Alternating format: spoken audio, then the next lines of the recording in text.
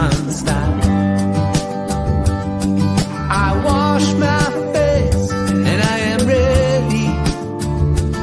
It ain't time yet to close up shop. It breaks my heart. I'm dreamed and I can't think. I salute the unsung heroes, all the healthcare providers who put their lives on the line for you and I.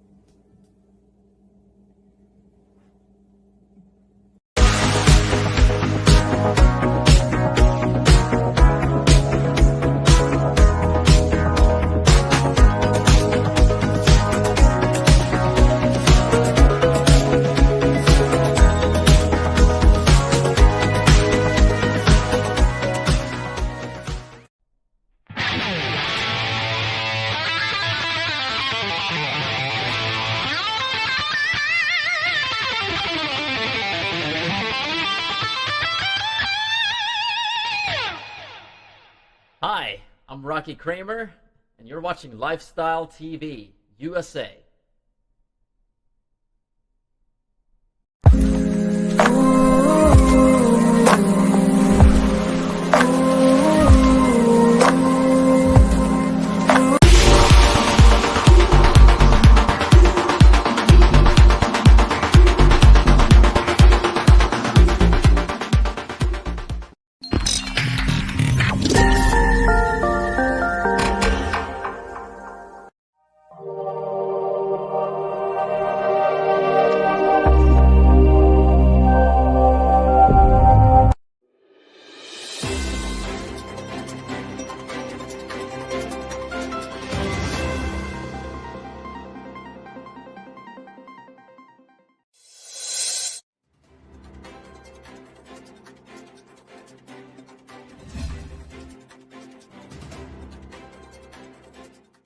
Canadian वजीर आजम Justin Trudeau के 6 जनवरी को दारुल हुकूमत पर हमले के बाद Donald Trump के बारे में तनकीदी तबसरे साबिक अमरीकी सदर के मवाक़से के मुकदमे की समात में रिकॉर्ड में दाखिल हो गए हैं। डेमोक्रेट्स ने अमरीकी सेनेट पर जोर दिया कि वो ट्रंप को बगावत पर उकसाने के इल्जाम साबित करें और उनके दोबारा इक़्तिदार में आने पर पाबंदी आयद करें। दारुल हुकूमत में होने वाले हमले ने पूरी दुनिया में अमरीकी जमहूरियत की साख को नुकसान पहुँचाया है। टेक्सास से ताल्लुक रखने वाले कानूनदान जोकैन कास्टरो, जो ट्रंप के खिलाफ मुकदमा चलाने वाले मवाक़से मैनेजर्स में से एक हैं, ने इस्तदलाल किया कि 6 जनवरी के हंगामे के हालात दुनिया भर की जमहूरियत पर तबाहकुन असरात मुरतब कर सकते हैं। उन्होंने कनाडा और जर्मनी का जिक्र करते हुए कहा, यहाँ तक कि हमारे दोस्त ममालिक भी बात कर रहे हैं। उन्होंने ट्रूडो के बयान का हवाला देते हुए कहा कि जिसमें उन्होंने कहा था कि हमने जिस चीज का मुशाहिदा किया वो मौजूदा सदर और दीगर सियासतदानों की तरफ से मुश्तदिद फसादियों के जरिए जमहूरियत पर हमला था।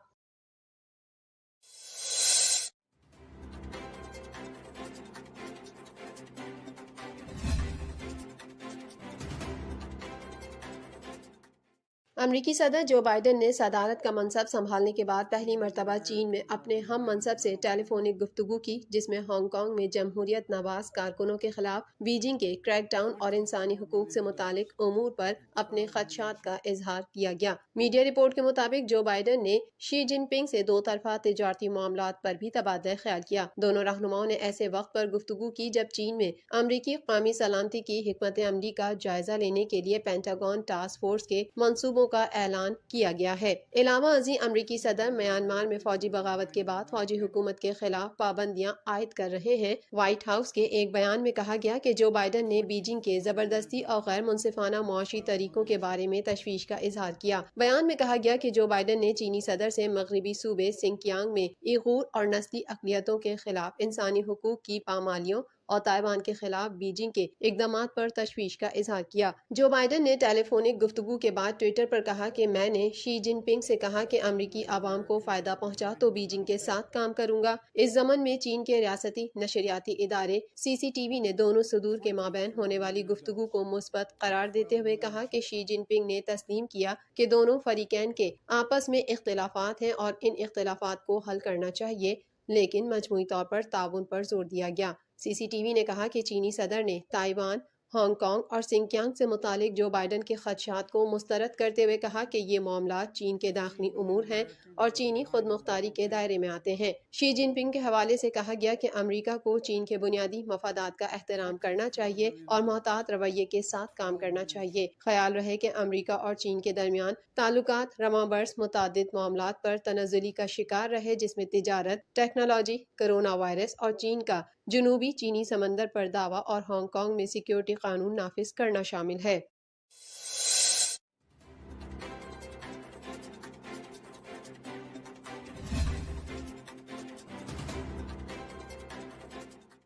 अमरीकी महकमा खारजा ने कहा है कि कश्मीर से मुतालिक अमरीका की पॉलिसी में कोई तब्दीली नहीं आई। वाशिंगटन इसे दोनों मुमालिक के दरमियान मुतनाज़ा खित्ता समझता है। अमरीकी दफ्तर खारजा के तर्जुमान नेड प्राइस ने कहा है कि व्हाइट हाउस ने भी मकबूजा वादी की सूरत हाल पर तशवीश का इजहार किया है। उन्होंने मजीद कहा कि कश्मीर से मुतालिक अमरीका की पॉलिसी में कोई तब्दीली नहीं आई और वाशिंगटन अभी भी जम्मू कश्मीर को पाकिस्तान और भारत के दरमियान मुतनाज़ा खित्ता समझता है। अमरीकी स्टेट डिपार्टमेंट के तर्जुमान नेड प्राइस को न्यूज़ ब्रीफिंग के दौरान महकमे की जानिब से की गई एक ट्वीट की याद दहानी करवाई गई, जिसमें खित्ते की मुतनाज़ा हैसियत का जिक्र नहीं था। तो उन्होंने कहा कि मैं बहुत वाज़ेह तरीके से बताना चाहता हूँ कि खित्ते में अमरीकी पॉलिसी में कोई तब्दीली नहीं हुई है। नेड प्राइस वो बाइडन इंतजामिया की जनूबी और वस्त एशियाई ममालिक के मुतालिक पॉलिसियों पर बात कर रहे थे। ख्याल रहे कि तकसीम हिंद के नतीजे में मुसलमान अक्सरियत वाले इलाकों की पाकिस्तान में शमूलियत का फैसला किया गया था, जिसके तहत जम्मू कश्मीर को भी पाकिस्तान का हिस्सा बनना था। ताहम उस वक्त के महाराजा कश्मीर ने हिंदू रहनुमाओं के साथ साज़बाज़ करके कश्मीर को भारत के ज़ेरे इंतजाम दे दिया था।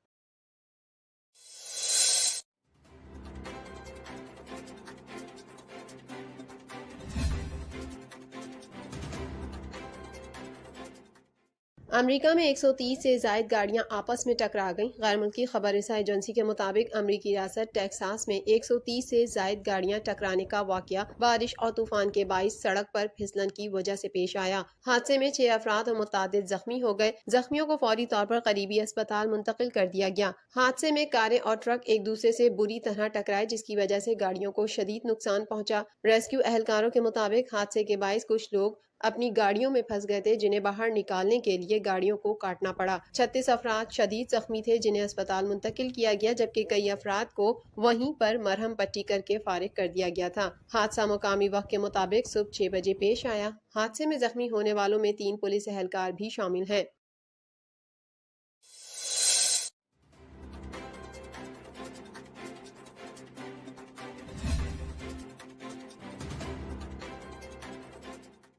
डेमोक्रेट्स का कहना है कि रिपब्लिकन अरकान की मदद की अपीलों के बावजूद डोनाल्ड ट्रंप ने अरकान कांग्रेस को मुजाहिरीन के रहमो करम पर छोड़ दिया था। अमरीकी सेनेट में मवासी की कार्रवाई के दौरान डेमोक्रेट्स ने दलाइल दिए। दलाइल देते हुए कहा गया कि धावा बोलने वाले नायब सदर पेंस को जदोकोब करना चाहते थे। डेमोक्रेट्स ने अरकान को अमरीकी कांग्रेस पर हमले के वक्त मुजाहिरीन की पोली से मारपीट, माइक पेंस और मीट रोमनी के मुजाहिरीन से बाल बाल बचने की वीडियोज भी दिखाई गयी।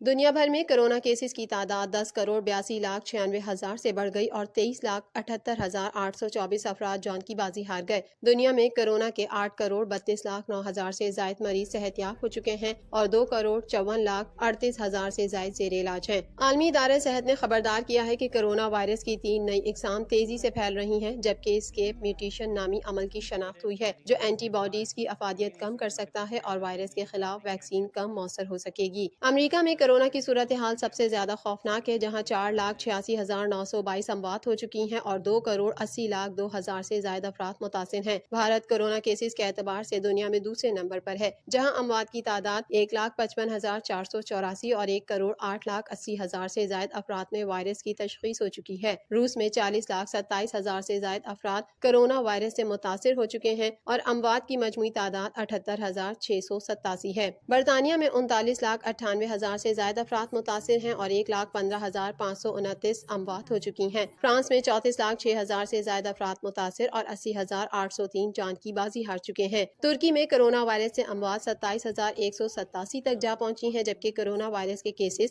25,64,427 हो चुके हैं। सऊदी अरब इसी फहरिस्त में 39वें नंबर पर आ गया है, जहां कोरोना वायरस से अब तक कुल अमवात 6,420 रिपोर्ट हुई हैं, जबकि मुमलिकत में इसके मरीजों की तादाद 3,71,720 तक जा पहुंची है।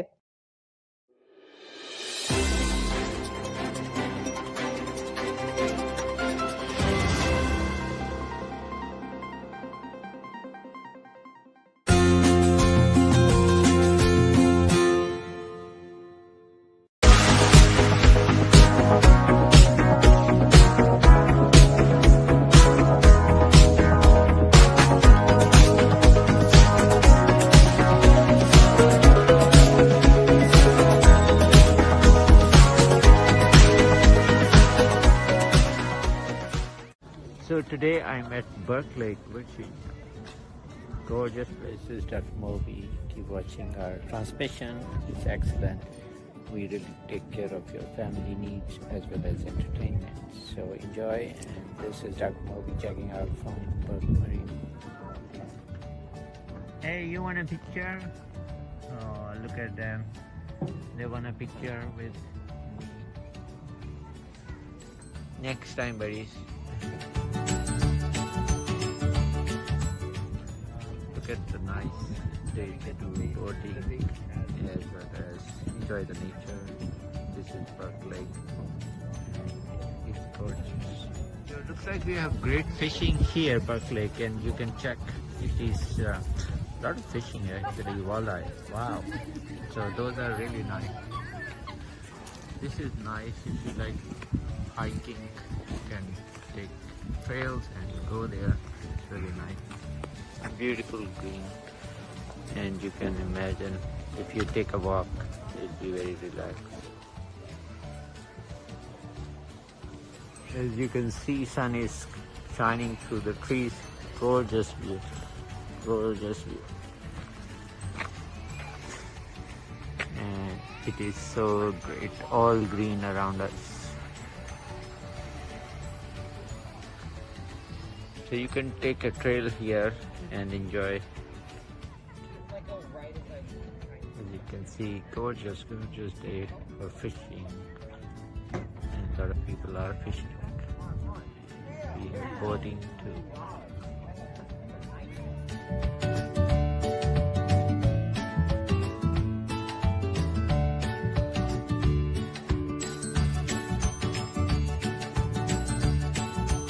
Hi, this is Dr. Moby with Lifestyle TV. Keep watching our TV and shows. Great way to watch entertainment and so forth.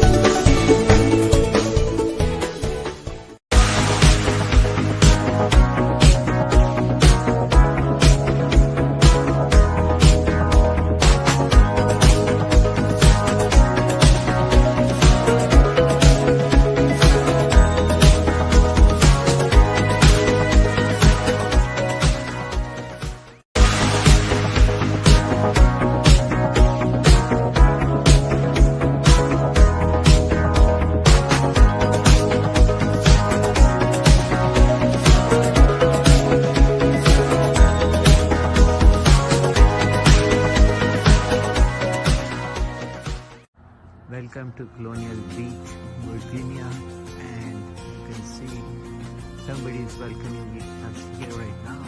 So let's check out and go closer to them. Hello, how are you all doing? Hey everybody, I'm at Corner Beach. Look at this nice somebody very good whatever I'm getting.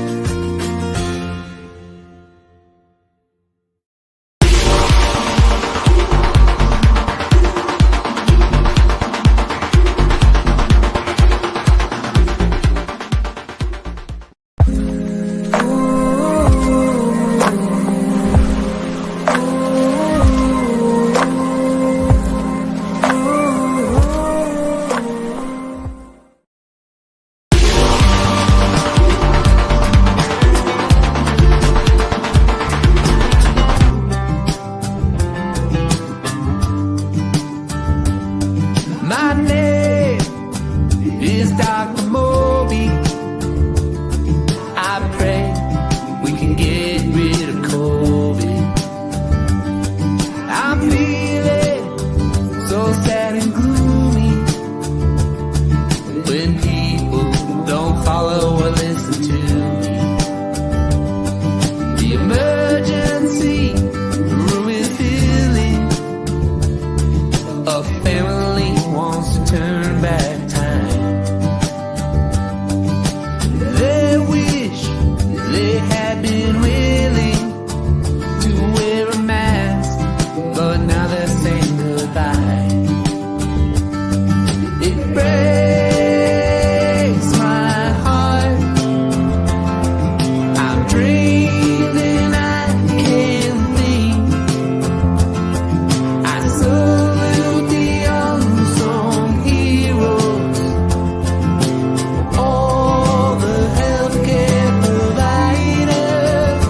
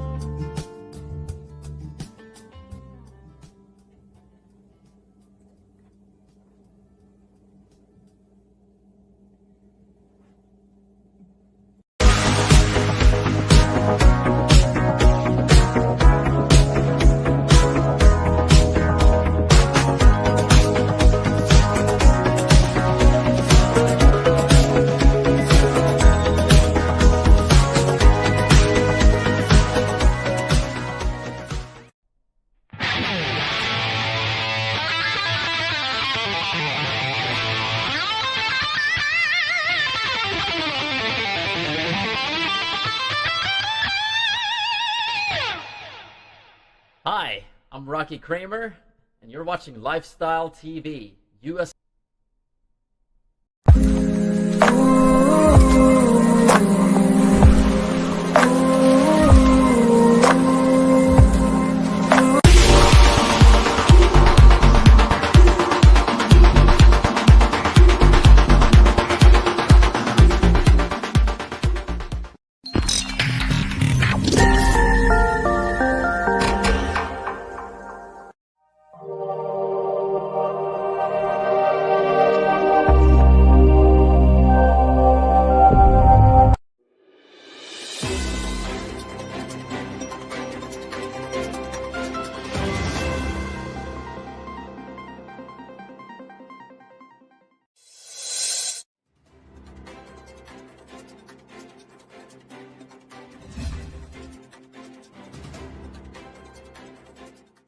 काले हिरन शिकार case में जोधपुर अदालत ने बॉलीवुड अदाकार सलमान खान के खिलाफ राजस्थान हुकूमत की जानिब से दायर की गई दरख्वास्त मुस्तरद कर दी। भारतीय मीडिया के मुताबिक काला हिरन शिकार केस से मुतालिक जोधपुर की डिस्ट्रिक्ट और सेशन अदालत में समाअत हुई। दौरान समाअत अदालत ने काले हिरन शिकार केस में अदाकार सलमान खान के खिलाफ राजस्थान की हुकूमत की जानिब से दायर करदा दरख्वास्त मुस्तरद कर दी। रियासती हुकूमत ने 2003 में सलमान खान के खिलाफ असलहा लाइसेंस के हवाले से अदालत में जाली हलफनामा पेश करने का इल्जाम आयद किया था। फरवरी 2021 को जोधपुर की अदालत में काले हिरन के 9 गैर कानूनी शिकार से मुतालिक केस की समाअत हुई थी, जिसमें सलमान खान वीडियो लिंक के जरिए पेश हुए थे। इस मौके पर सलमान खान के वकील हस्तीमल सरसौत ने अदालत को बताया था कि अगस्त 2003 में गलती से जाली हलफनामा जमा कराया गया था। सलमान खान मसरूफियात के बाइस बताना भूल गए थे कि उनके असलहे का लाइसेंस तजदीद के लिए गया हुआ है। इसी वजह से उन्होंने अदालत में कहा कि उनका लाइसेंस गुम हो गया है और जाली हलफनामा जमा कराया, लिहाजा सलमान खान को गलती की बुनियाद पर माफ किया जाए। ताहम हुकूमती वकील भवानी भाटी ने अदालत से दरख्वास्त की थी अदाकार के खिलाफ अदालत को गुमराह करने का मुकदमा दर्ज किया जाए। अदालत ने दोनों जानिब के दलाइल सुनने के बाद केस का फैसला 11 फरवरी जुमेरात तक मौखर कर दिया था और अब गुज़िश्ता रोज अदालत ने फैसला सुनाते हुए अदाकार के खिलाफ रियासती हुकूमत की दरख्वास्त मुस्तरद कर दी। अदालत के बाहर सलमान खान के वकील ने सहाफियों से बात करते हुए कहा कि Jodhpur district and session court ने एक तफसील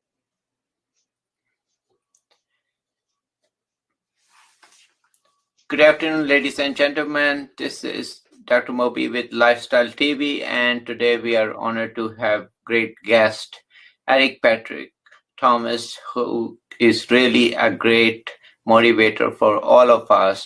Let's welcome Eric. How are you, sir? Good morning. Thank you for having me, Dr. Moby. Doing well. Yourself? Good. So tell us about some of journey you have so far has happened for you. Oh, my journey. Well, about 23 years ago, I was having an album release party for my group called Miscellaneous. We did hip hop music, and I went outside to check the parking lot. And I was outside maybe for 5 minutes, and I was going back into the house, and someone came around the DJ van and pulled a gun out and opened fire. Instantly, I got hit with a bullet in my neck and the third and fourth vertebrae, which caused me to be paralyzed from the neck down. So I dropped to the ground.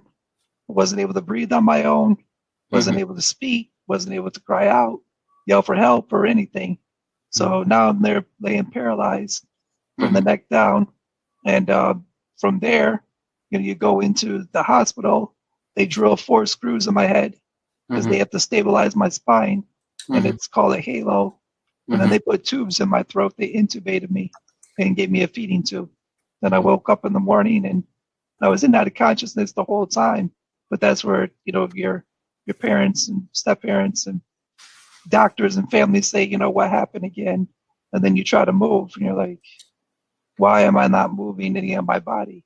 My mind is telling my body to move, but my body's not moving.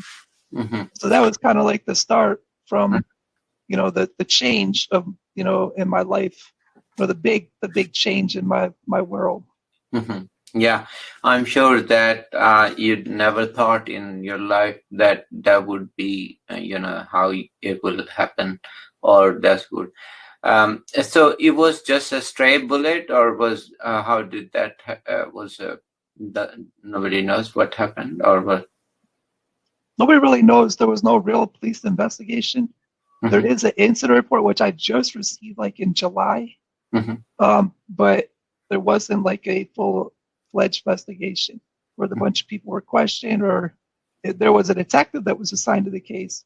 And he didn't even show up till like 4 days later to the hospital, but we just never had any cooperation of what was going on and stuff. So it was just kind of, when I was in rehab, a guy came into the room. He like goes to different rooms and prays over people and stuff.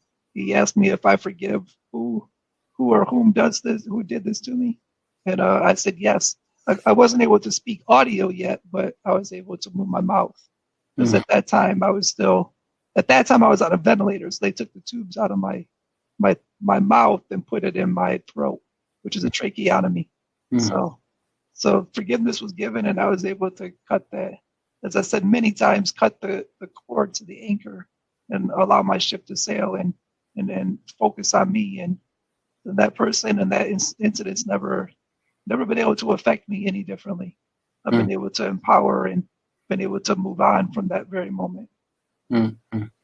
Well, that speaks volume about your inner strength and a nicer heart you have, the golden heart, that you could not only forgive, but you could also move on. And that's like two really important aspects. Not a lot of people can fathom how difficult that could be, but you have not only accomplished it, but you're a proof that that you can forgive and move on. And words cannot even express what it means. Yeah. So kudos to you. You are a great inspiration for a lot of us who might find some even smaller problems, and they might dwell into that, and they find it so difficult to deal with those. They think that's the end of their life, but you actually had a very difficult situation, and not only you dealt very wisely, but you are living proof, and you are inspiring a lot of people, all of us. Thank you. So tell us also about how's your family doing? They're doing good. I mean, it's something that you have to adapt to. My parents got divorced when I was just about 2, but both of them have been remarried. So I have stepfather and a stepmother. Getting them together though, when this incident happened, when I was 20 years old. So of course, I would say divorced parents have their differences, and bringing everyone together on the same page and getting along, it's a process. Were they best friends right away? No. But now, throughout so many years of being around each other, birthday parties or, just get-togethers, you would never be able to tell that they were, once married to each other. Like you would not know. That's how well they get along now. And it's just you just have to keep working at it. It's not something that's going to happen overnight. So yes, both my parents and both my dads, both my moms, they all get along. They communicate, and it's but it took years. It took years for us to all develop these skills and being able to come together. So yeah, they're doing well. My mom, both my mom and my dad, they are both sort of my mom works sometimes, but my dad retired, and then he got another job. And then my stepdad, he's a teacher, and he did retire from teaching. And then my stepmom, she does caregiving. So, and I see my mom. She was just here last night. I think I've seen her like 3 times in the last 11 weeks, 10 weeks. But that's just because of like a lot of it. With COVID, we've been kind of trying to stay away from each other. Like everybody's been because I got like 4 or 5 different people in and out of my house to provide care for me too. So it's challenging, with what's going on now, procedures and safety and cautions and stuff. So, but we seem to all be doing good. Now you're doing well. I mean, you were saying at one time you were not able to talk, and now you can. And you were paralyzed, waist, all the four extremities, right? Yeah, neck down. Yep. Neck down. And then you have, but your speech, how's your feeding? Is that better? Yeah, it's better. When they took the tubes out of my throat, and of course they gave me a trach at that time, but the feeding tube came out and I was able to eat food then. When I went to rehab at Craig Hospital in Inglewood, Colorado, that's where they started to wean me off the ventilator. So I was there for October 29th of 97 to March 20th of 98. And basically they just turn the ventilator off 3 times a day. And they do it in like 30-second increments and stuff. So then they come and they do it 5 days a week. And so that's what they did. And they hooked up a pulsometer on my finger so I could see my O2 levels. So that way it was kind of like biofeedback. Like I didn't know if I was breathing or not breathing. So I had to relearn how to, breathe, just breathe air. That like you don't even realize how hard it is to breathe until it's taken away. So you have the barrier of not being able to breathe. And so that before I went home, I got off the ventilator and then I came home to my mom and stepdad's house and started new life.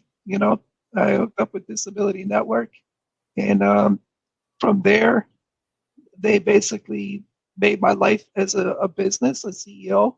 And I started hiring caregivers and started doing schedules and timesheets and hiring process and ads and directing my care. Wow. Yeah. Excellent. So you were doing how many people you were managing?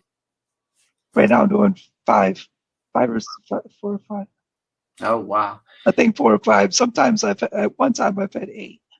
Okay, good. So would you provide similar services to other people, or how do you? No, with the caregiving, it's just for me, like finding the caregivers and training them for me. But like mentoring, so I provide mentoring services. If somebody's like trying to figure out like how to hire a caregiver or keep caregivers. I mean, I've had caregivers that's been here for 22 years. So, 22 years. So it's like, what are the tools that you use? What did you do to keep them? How did you communicate? Like, how did you run your household? The other thing is like person-centered planning and self-determination. So every year we have a person-centered plan where I invite people to I call it a life celebration party. And it could be friends and family, whoever you want to, and then you go over all your goals and dreams and like your work, like your health issue, like whatever you want to talk about. So whether it's like housing, transportation, food, vacation, visiting people, health scares, you're giving this information to this audience. And then there are people there that can help you achieve some of these goals. They're like accountable now. And you can say, okay, you said you were going to help me with the vacation. So let's work on the vacation together or whatever it might be. So those are some of the services, but I can help teach that too, like teach other people like how to do the self-determination and do the person-centered planning and be able to hire caregiving or mentoring. I've taught mentors how to be mentors and mentees. So, and fundraising, there's a lot of different services. I've had to fundraise for 3 vans. So I know I've taught people how to fundraise. I don't do it for them. I mentor them so that I help them help themselves. Wow. That's a great story. And not only that, you are beacon of light for so many people. You are really motivating. And not only that, you're training a lot of people to do self-care and help each other pretty much, or themselves pretty much. So tell us also about some of the hurdles people will face with these kind of problems, which you find inspiring them? You know, when you get injured and you're going through rehab, my rehab, I had people that had injuries and spinal cord injuries. And when I got out of rehab, I was, you know, through the service of Community Mental Health and Disability Network. So you start to go and get involved. And you start being around other people with other disabilities, and you learn there's a lot of disabilities out there, you know, and so you start learning about them. Like, you don't make assumptions. You ask questions, or you learn. You learn about someone that's blind or hard of seeing, or that's deaf or hard of hearing, or has autism, or little person.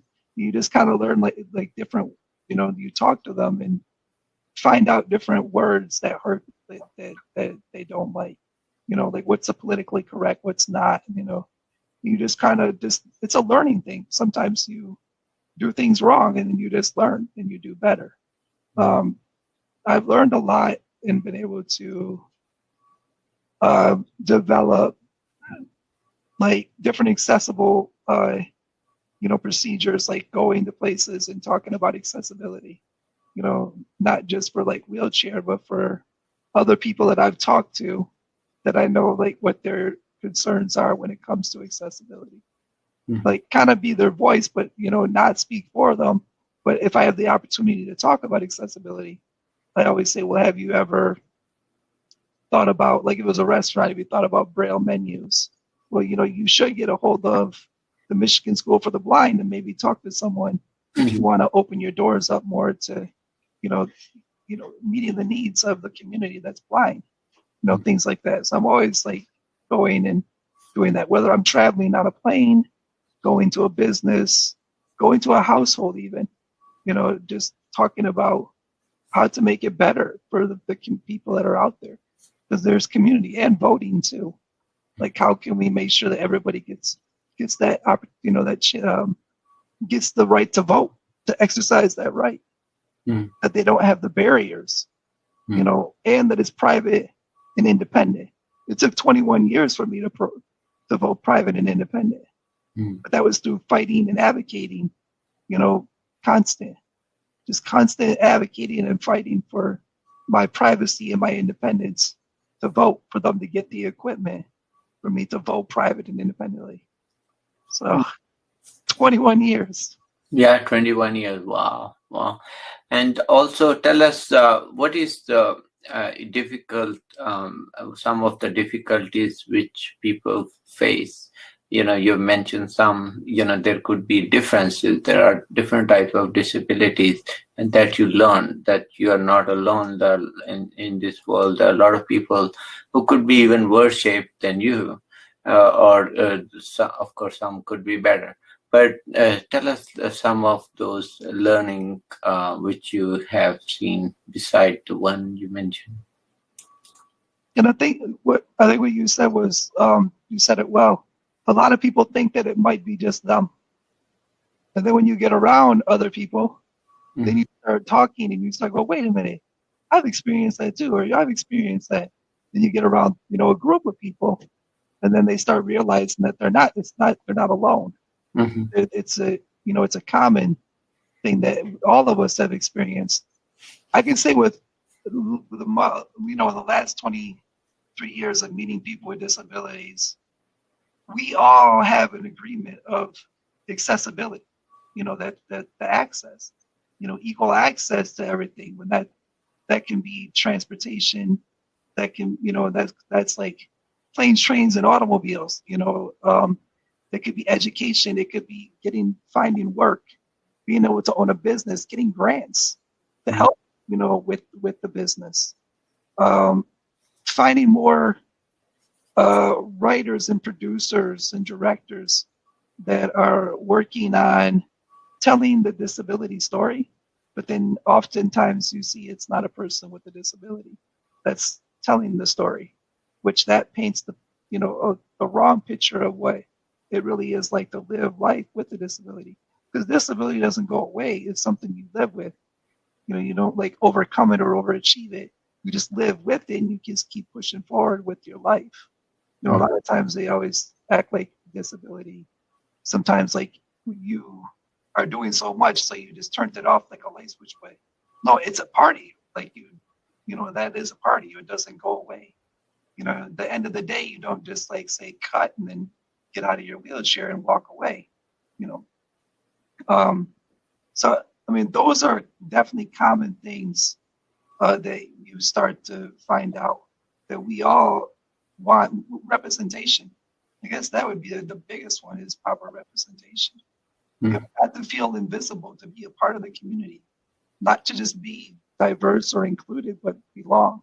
Like belong in this country, you belong in this world, so that if we weren't there, that you would miss us. You would say, "Where are you? Where did you go?" You know, the belonging of something is completely different because that's when you're not there. Then where are you? You know, not to be invisible, even when there's there's people running for the president right now. There's got to be speech on stage when they're doing debates or whatever to say, look, this is what we're going to do. This is our plan for people with disabilities. This is our doctrine, or the same thing is when anything from local to state when they're doing the governor's talk, or the mayor's talk. Like, what are the plans? There are people with disabilities. There's 31. What I decided was it 31 million or 35 million registered voters with disabilities. It's a lot. It's a lot. Yeah. I think the article said it makes up 16.7% of the electoral vote. Wow. That's a lot. Yeah, that's a lot, and they can, really swing the votes. Sometimes some of these races come down to even 1,000 votes. So those 16%, whatever, is a big number. And some of the unique problems, I would say some of the unique issues. So I'm glad that you're very vocal about that, and not only that, you are making sure people vote, and then not only vote but also speak about their issues. And a lot of people in your issues will not speak, or they are kind of upset on themselves, and then they think that this is the worst thing ever happened, and then that's the end of that conversation. But you are really doing a great service to all of those that you're speaking for them, and you are highlighting their issues. And not only that, you're training them, right? You're training the staff, to how to take care of them, right?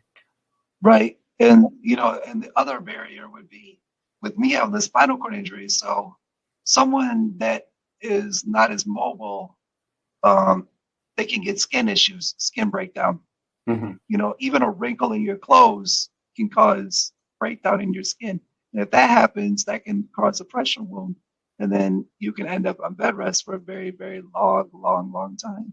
Yeah. And for what I'm going through right now, mine was not a pressure wound. Mine was a bone infection. So back in March 1st, 2018, a hole opened up in my body in my coccyx area. But because I have a spinal cord injury, it was treated as it was a pressure wound. So I was going to the wound care center every 2 weeks, and they were trying to do, debride the wound and trying to close it up with silver and packing it. Well, here it is as a bone infection. It's really an exit wound. Now, because of those complications of being on bed rest, I ended up once again in the hospital, reliving this nightmare again, where I was intubated. Both my lungs collapsed. I had an O2 level of 40. And I was intubated for 15 days with the feeding tube also. But I did get off it and was able to come home July 6th. No oxygen and not intubated. But I had to recover from that. I'm still recovering after 640 days. I'm pretty sure that's what it was. I was finally fully recovered. And that was after getting a second opinion with a different doctor. Dr. Rubin, which I went to see him the next day, and he said, that's not a pressure wound, that's a bone infection. And then he put me on antibiotics for 17 weeks. First it was 8 weeks, but then I healed up and relapsed, and then I had to go back on antibiotics again. So full 17 weeks of antibiotics in 640 days. of bed rest, I finally was healed, and we thought everything was great. Well, at that time, I wasn't able to do much. I did 2 fundraisers because I was raising money for a new van, and then I went to like a couple family functions, and then all medical stuff. Well, then I got the van in December 20th, 2019, and then 2020 hit, and I thought I would be up and around, and of course COVID, but I was in my chair for 9 months. And then for some reason, July 28th, which will be tomorrow, a hole opened up in my body and I relapsed for the 3rd time. So I've been on bed rest for 12 weeks tomorrow with this bone infection, this chronic bone infection, as they call it, that I've been dealing with. So it's completely really halted a lot of things. I haven't been able to go to my shop where my business is. I haven't been able to go public speak outside, in person, but actually right now everything's virtual basically. So it's kind of like what I've been going through the last 670 days is what other people are now going through with this virtual stuff. I haven't been able to do it, do much. I haven't been able to go to the recording studio. Like all the things that I normally do, I haven't been able to do. But of course, I guess everybody else hasn't either. But I mean, without pre-COVID, Yeah. that's what I was dealing with, since 2017. I was dealing with this already, with everybody. When the world went on pause, I've been on pause since 2017 or 2018. I'm sorry, 2018, March 1st, 2018. My life was virtual. To be able to see me would be through Zoom or Facebook Messenger or StreamYard. Or you just stop by, or but I wouldn't say that it didn't seem like a lot of people stopped by. I tried to get them to stop by, but I don't know. But I've been battling this, and now tomorrow's 12 weeks again. One of my actionable steps that I started 12 weeks ago. I said I'm not drinking anything else but water. So no coffee, no tea, no nothing, just straight water. Like something is triggering this infection to happen again. So I've been drinking nothing but water for my fluid intake, and about 100 ounces a day is what I'm trying to average out. I weigh probably about 200 pounds, so trying to drink at least half my body weight, and then just raw fruits and vegetables and proteins and maybe like 10% I get food that's not that healthy, but mostly about, I'd say 95% healthy is what I've been doing for 12 weeks. And I am healing, and I have not taken any antibiotics. And that was the route that I wanted to go to, because I could not just keep going back to the antibiotics, because that's going to cause problems in the long run, with resistance with the body. Yeah. Mm-hmm. Yeah. So that's where I'm at now. So those are another complication of having a spinal cord injury. Now, what caused it? I don't know. But people get pressure wounds, they get breakdown. Oh, they get UTIs too, because we have catheters and we're not draining our bladder properly, so you can get UTIs. All these things can lead to not being able to just get up out of bed and be able to go do what you want to do, everyday life. So. Well, it's, I can say, what you are basically inspiring a lot of folks around the world, and congratulations on that. And you are, like I said, the beacon of hope and also education, and you're motivating so many to turn to vote, not only vote, raise their issues to everyone so they understand what it means, the healthcare with disabilities. And there's more than one disability. So spinal cord have unique, but there are deaf, there are blind, there are people with spinal cord diseases, there are people with other diseases or amputations, and so forth. The list is long. And but one thing for sure, if we listen to each other and we help each other, we can really make a difference. That's, I think, best we can have. We can. Is the key. Yeah. That's the thing. Like somebody said in one of these podcasts, a podcast I did, if you could have a superpower, what would it be? I said it would be the superpower of communication, to be able to communicate, to where people were about to conflict with each other, and then you were able to communicate and diffuse it, because it is. And the communication doesn't have to be just, communication is understanding each other on whatever you say. You could say a color. One person could say blue, the other person could say black, and they could go, okay, I know what you're talking about. I mean, that's really what communication is, Mm-hmm.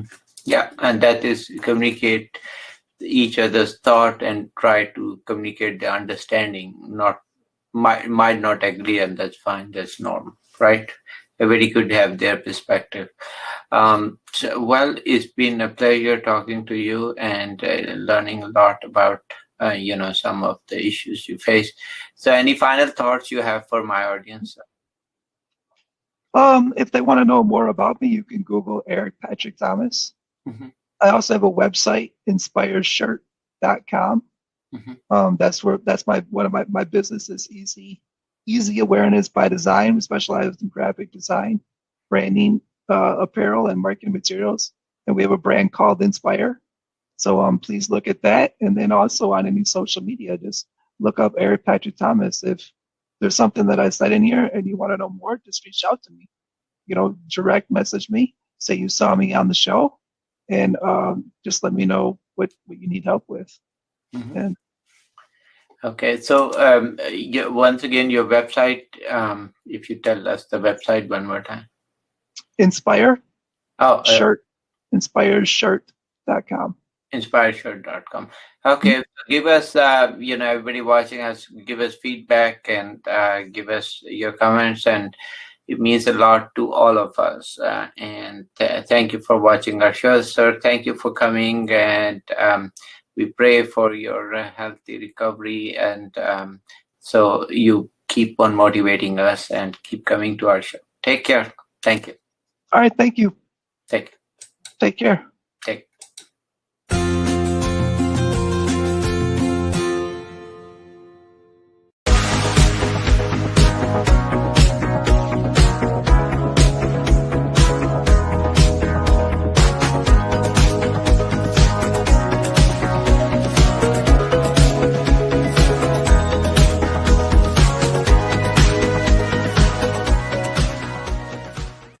So today I'm at Berkeley, Virginia.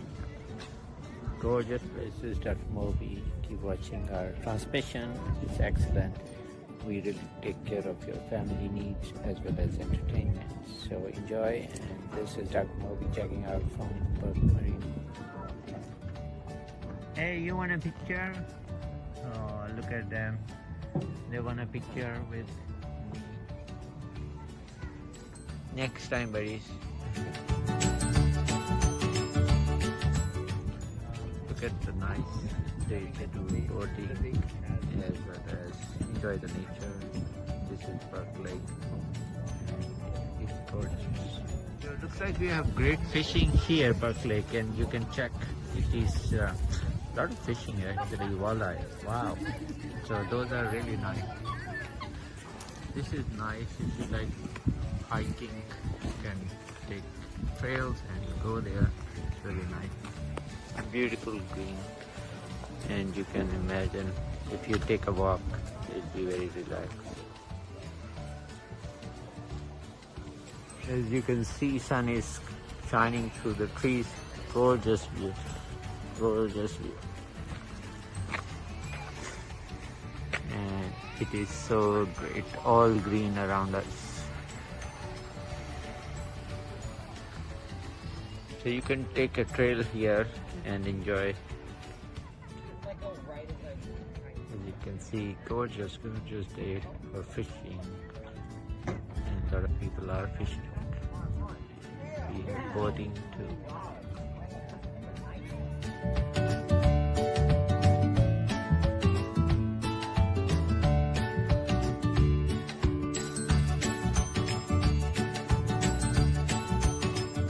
Dr. Moby with Lifestyle TV. Keep watching our TV and shows.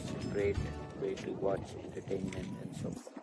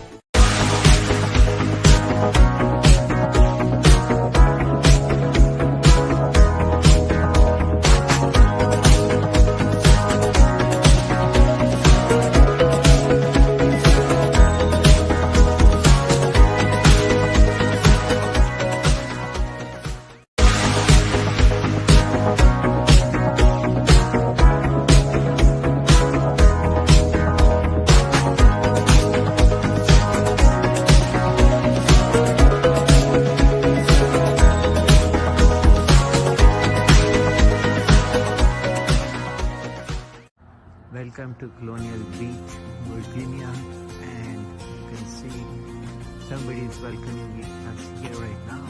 So let's check out and go closer to them.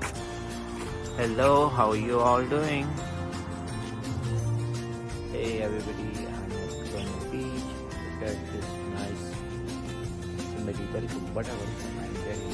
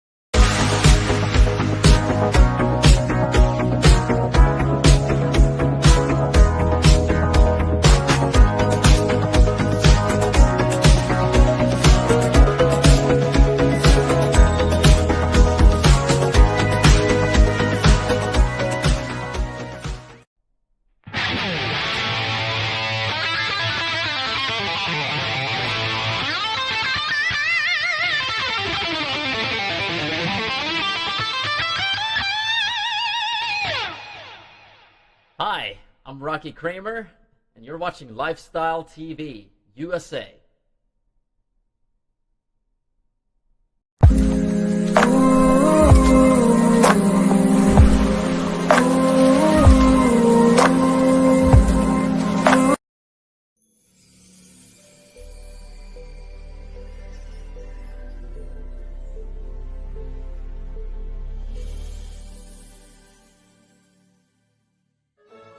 Coming up, we'll be on location at Best Health Sleep Center in Dumfries, Virginia, discussing the latest advances in sleep disorder treatment, health, and wellness, and how they can effectively treat sleep apnea and help you get a good night's sleep, as well as restoring your health and wellness with one of this area's top doctors, Dr. Mubashir Fazal. Dr. Fazal is board certified in sleep medicine, hospital medicine, as well as family medicine, and has well over 20 years of experience. Dr. Fazal also received a medal for academic excellence while he was attending medical school. He also was chief resident and then became chief of medicine at a hospital in Michigan. Dr. Fazal works extensively with not only the private sector, but also federal government organizations, including the VA and the U.S. Army, among others. Dr. Fazal is also one of the very few doctors in this DMV region who specializes in both pediatric as well as adult sleep medicine. He is widely recognized as one of this region's top doctors. Welcome to the Best Health Sleep Center. This is Dr. Fazal, Medical Director, as well as Board Certified Sleep Specialist. I'm here to help all your sleep needs. We serve Maryland and Virginia area, and we take care of adult as well as pediatric population. Welcome. My name is Samara, and I'm the office manager of Best Health Sleep Center. I will make sure you got a good customer service, and I will take care of all your sleep needs and scheduling. Hi, I'm Christopher. I'm a patient care coordinator, and I'm here to go the extra mile and make sure you get exceptional customer service. Hi, my name is Liz. Bienvenidos a nuestra clínica. Estamos aquí para ofrecerte ayuda si tienes problemas para dormir. Si tienes problemas de sobrepeso, si sufres de ansiedad o si no puedes dormir y porque roncas mucho, estamos aquí esperándote que nos llames. Tenemos oficinas en Maryland y Virginia. Gracias, te esperamos. My name is Mohsen. I take care of all the DME equipment needs. Even after the follow-up, I make sure that all the patients have been taken care of at the best level. They really care about their patients. Very responsive. Anytime I've had any question or issue, either the staff or the doctor says, "I'll get back to me quickly." It's been great working with them. I would say out of a scale 1 to 10, he's a 20. And the nurses and the staff are beautiful people.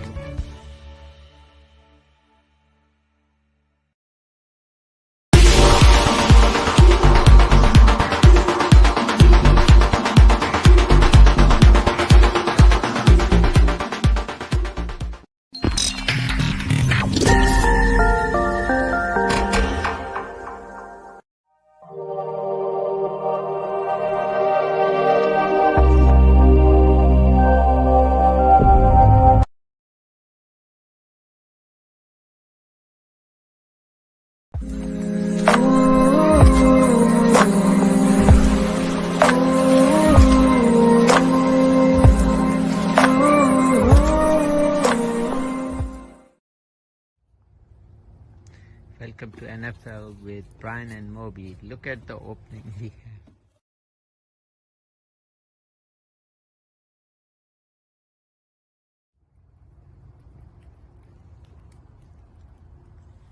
Good afternoon, ladies and gentlemen. Welcome to NFL Show with Brian and Dr. Moby. How's everybody? I hope they are having great time like us. Look at us. We are outside. We are enjoying the fire and nice breeze. I'm so sorry everybody can't feel that all that sense of what we are experiencing. I hope everybody voted and everybody had great time. So let's catch up to NFL. How was your weekend, Brian? Very good. It was a crazy week last week. I missed quite a few games. I think I won 7 games last week, my worst your so worst. far. So how about you? Yeah, I actually did better, and I have gained a little bit traction on the scorecard. So which is good, but still long way. Yeah, still we're coming into week 9, so I think it's pretty much halfway seat point for most teams. My team's on the bye this week. So we stunk it up last week against the Raiders. So, oh well, what are you going to do? Just regroup at the bye, and hopefully things will be better at the last half of the season. That is true. So let's catch up for the last week. So last Thursday's game, we had Atlanta at Carolina. I picked Carolina, and they lost 25-17. So. Who'd you have? Yeah, I think I did actually Carolina too, so that's bad. I think we lost both. Yeah, I think the game of the week, Pittsburgh at Baltimore. Yeah. I picked Pittsburgh. They won 28-24, so that was a great game there. Yeah, that was, I think, probably one of the best performance. So they're really looking like postseason team right now. Yeah. Undefeated. I think the only team undefeated, right? Yeah, I'm pretty sure. Yeah, they're looking really good. And then Rams at Miami. I was kind of shocked at this game. I picked Los Angeles, and they end up getting beat by Miami. So I think, yeah, that was, Miami, I thought they were not going to win, but I guess I was wrong too. So I think I did worse there too. So, but what can you, this is NFL, it's going to be like this, right? Yep, up and down every week. Then Jets in Kansas City. Pretty sure everybody picked Kansas City. They won pretty handily, 35-9. So. Yeah, that was pretty good. And what else you have? Indy, Detroit. So I picked Detroit thinking that they would pull the upset, and they end up getting beat pretty handily, 41-21. So yeah, that was pretty impressive game. I think that was upset too. I did it wrong too. So yeah, and the game we mentioned shortly, Las Vegas Raiders in Cleveland. Raiders won 16-6. Conditions in that game, I believe they said it was like 34-mile-an-hour winds coming off the lake. It was Las Vegas. Yeah. You can wear it if you want. You stick around my sleeve.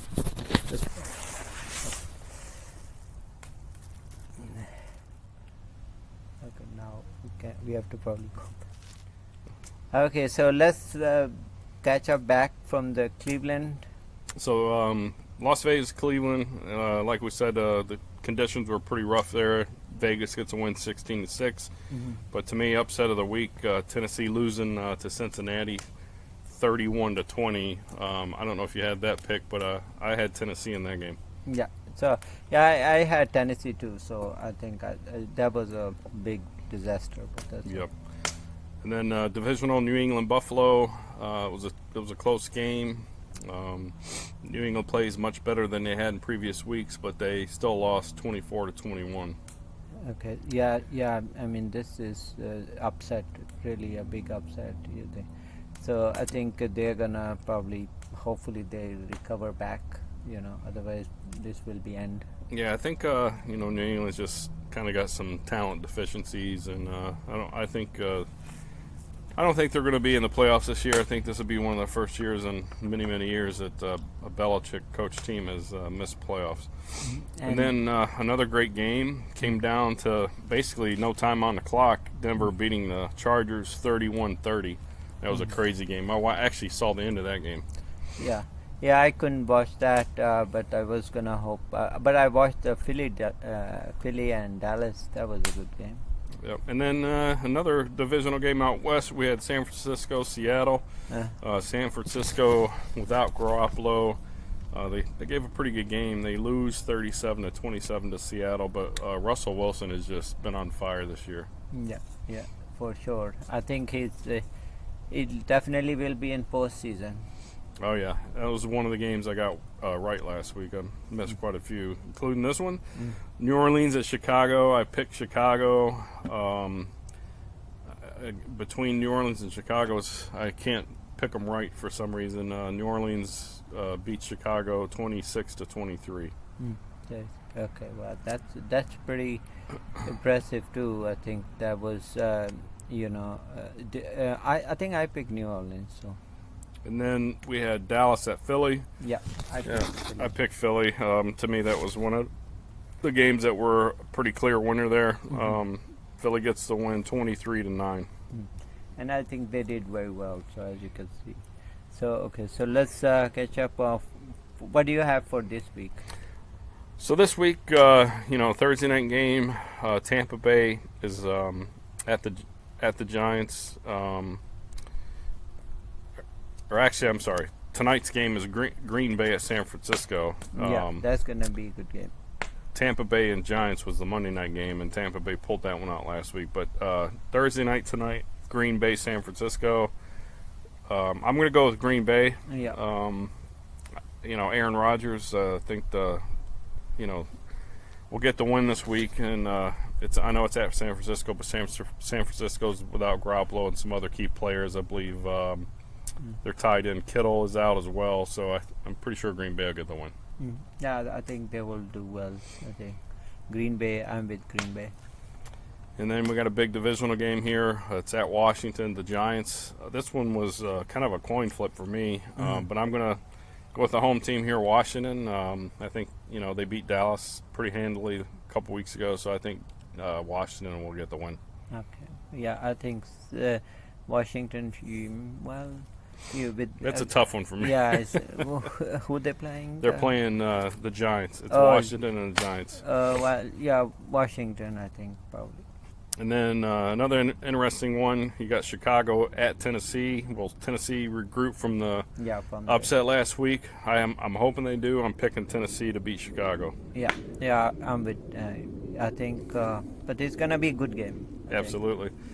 And then we have another divisional game, Detroit at Minnesota. I went with Detroit last week. And it seems like every week that I pick Minnesota, they somehow figure out a way to lose. But I'm gonna pick them this week. I think Kirk Cousins has been playing better these last couple weeks. I'm going to go with Minnesota, and I'm almost positive Matt Stafford is under COVID protocols, and I don't think he's playing this week. So yeah, I would go with the Vikings too. And then we have Carolina, Kansas City. This is I think Carolina's been playing well, but they're not going to beat Kansas City in my opinion. It's Patrick Mahomes, and then Kansas City's at home. I think Kansas City will get the win. Yeah, I think so. And then we have Houston at Jacksonville. These two teams both are struggling, but I'm going to bet my money here on Houston to beat Jacksonville. I don't know who you got, but yeah, I think I would concur with that too. And then Baltimore at Indy. This is going to be a really good game. Yeah, probably the game that I'll keep my eyes on most this week. Indy come off a really good win last week against Detroit. Baltimore suffered a close loss to Pittsburgh. This right here could be an eventual playoff matchup. I'm going to go with Baltimore, even though it's at Indy. I'm picking Baltimore. Okay. Yeah, I think, and it is very interesting, that they used to actually be part of Ravens, right? They moved from Baltimore years ago, and that rivalry probably exists. So that's gonna be a good. Should be a good game, and again, it could be a potential playoff matchup. And then another really interesting game, in my opinion, it's a good NFC team against a really good AFC team, is Seattle at Buffalo. I'm going to go with Seattle, but this game could go either way, I think.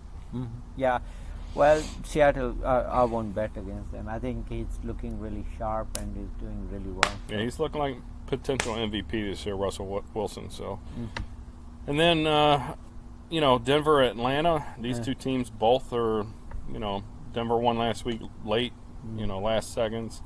Atlanta beat Carolina last Thursday. I'm going to go with Atlanta, but this was another game that I can see going, kind of either way. So. Yeah, that's gonna be a good game. But I think I'm with Atlanta. So. And then we have AFC West divisional game. You got the Raiders and the Chargers. Well. I don't know what you think, but Raiders probably. Yeah, I think I'm going with Vegas, even though I think it's at the Chargers Stadium. I'm still gonna go with Vegas. Yeah. And then we have, I think, the easiest game to pick of the week, Pittsburgh at Dallas. I think Pittsburgh will go 8-0 with an easy win at Dallas. Unless something crazy happens there, I don't see that any other outcome but Pittsburgh big over Dallas. And that, speaks me for the postseason. I have feeling that it's going to come down to Pittsburgh, Kansas City. So. Yes. Very possible. And unless, and then they have to probably come up with whoever wins. Yes, next game, very interesting. Tua, I don't know how to say his last name, Tagovailoa, and Arizona's Kyler Murray, both similar quarterbacks. Tua gets his win last week. Miami's pretty impressive. This game was very back and forth, in my opinion. I ended up going with Arizona, but I could see it going Miami's way, but I picked Arizona. I don't know who you're going to go with. Well, I would do Miami, so that's it. Okay, so one of us will win, unless it's a tie. Unless it's a tie, so that's it. And then another very interesting game, New Orleans and Tampa Bay. I'm going to go with Tampa Bay. Tom Brady has been, the last couple of weeks, getting the chemistry back, and I think Antonio Brown may be playing this week for the first time, but he was with Tom Brady in New England for about 8 games. I think Tampa Bay will win this game, but this was another game. This week to me is one of the toughest weeks we had with the picks. A lot of potential close games, but my gut told me to go with Tampa Bay. So that's about New Orleans. I would just go. I mean, the quarterback is really good, and I don't know. Tom Brady probably. You got Drew Brees, Tom Brady. Well, it's going to be a tough one. I think this will be a real close contest. Yeah. But you got to pick one, so I'm going to pick Tampa Bay. So, how about you? Who do you think? I would go with New Orleans. Yeah. Okay. And then we have, to me, the dud of the week, and it's on a Monday night. You got New England at the Jets. Mm-hmm. Jets have the potential to go 0-16. They've been struggling pretty mightily. I know in previous shows we talked about Adam Gase and the potential firing. He's still there. I think he gave up his play calling responsibilities, but it doesn't seem to be helping at all. But to me, this one, I think New England get a win this week. Yeah, I think so. I think they will probably win. You're right. So I think so. And do you think it'll be high scoring?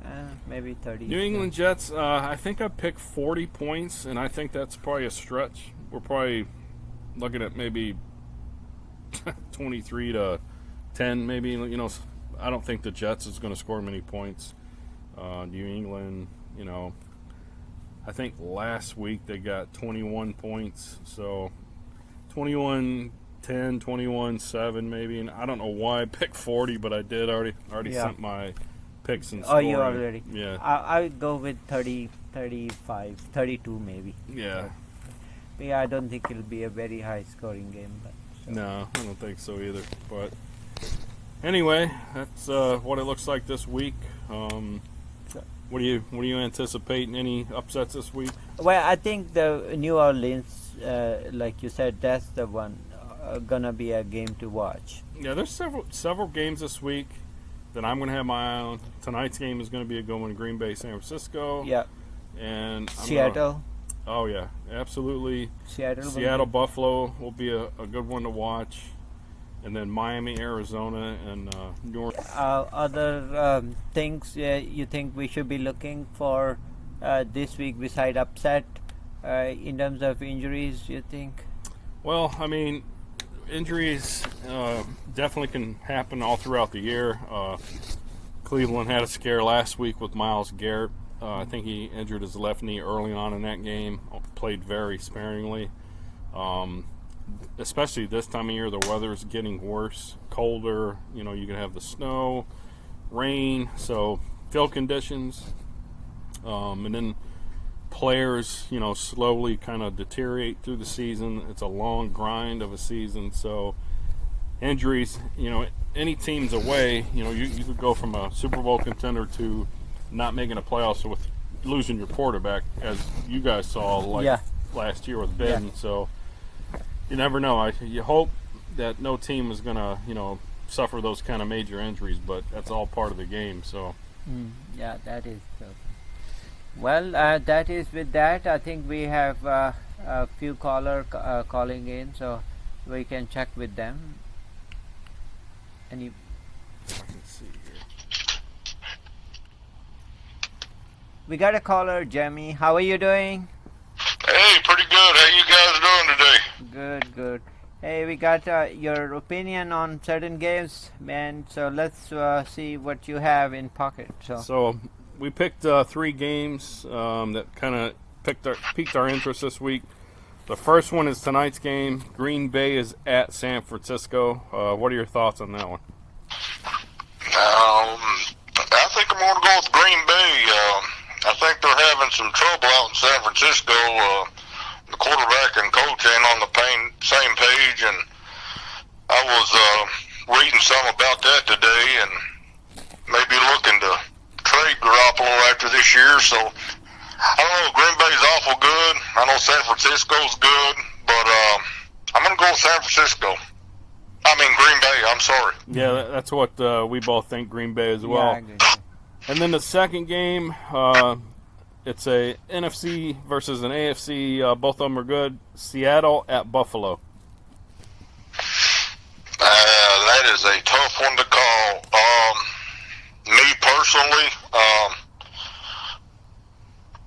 I think right now the AFC North is probably the best division, and Buffalo's not because they're close to that area, but Buffalo has been playing great, especially at home. It's going to be probably cold up there. I don't know the weather yet. Okay, I think I picked Seattle. That Yeah. was a coin toss for me. Yeah. And then our final game, we got New Orleans at Tampa Bay. That's tonight, right? No, that's Green Bay, San Francisco. I think New Orleans, Tampa Bay might be Sunday night. Okay. New Orleans and Tampa Bay. That's rough to call. It's at Tampa, right? Yes. Well, Tampa Bay pulled out a good one at Chicago last week. I think it was last week, if I'm not mistaken. Yeah. Or maybe it was against the Giants. I don't know. Giants, yeah. Yeah. Yeah. I'm telling you, they look good. The Giants actually looked decent that night, but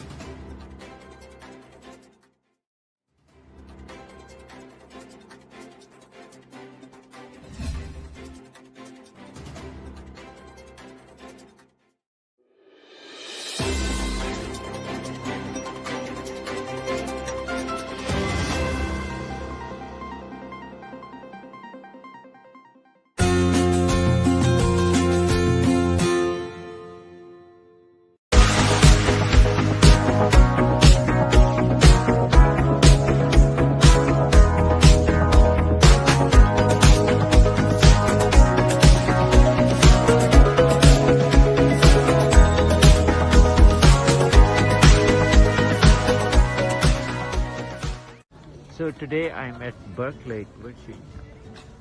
Gorgeous places, Dr. Moby. Keep watching our transmission. It's excellent. We really take care of your family needs as well as entertainment. So enjoy. And this is Dr. Moby checking out from Berkeley Marine. Hey, you want a picture?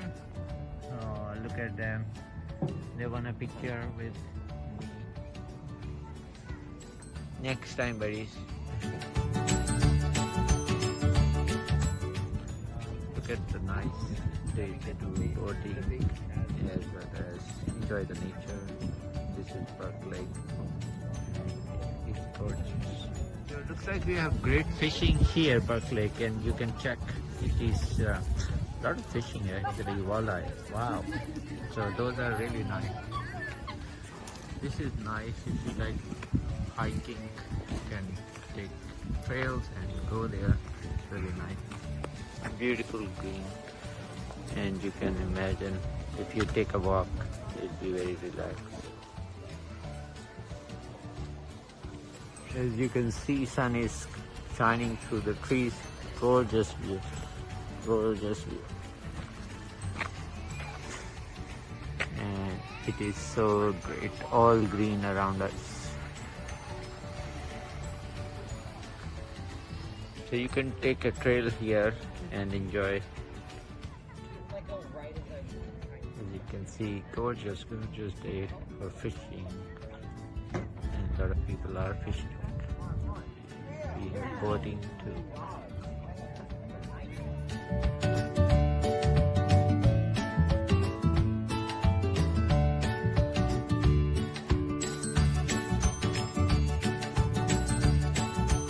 Hi, this is Dr. Moby with Lifestyle TV. Keep watching our TV and shows. Great way to watch entertainment and so forth.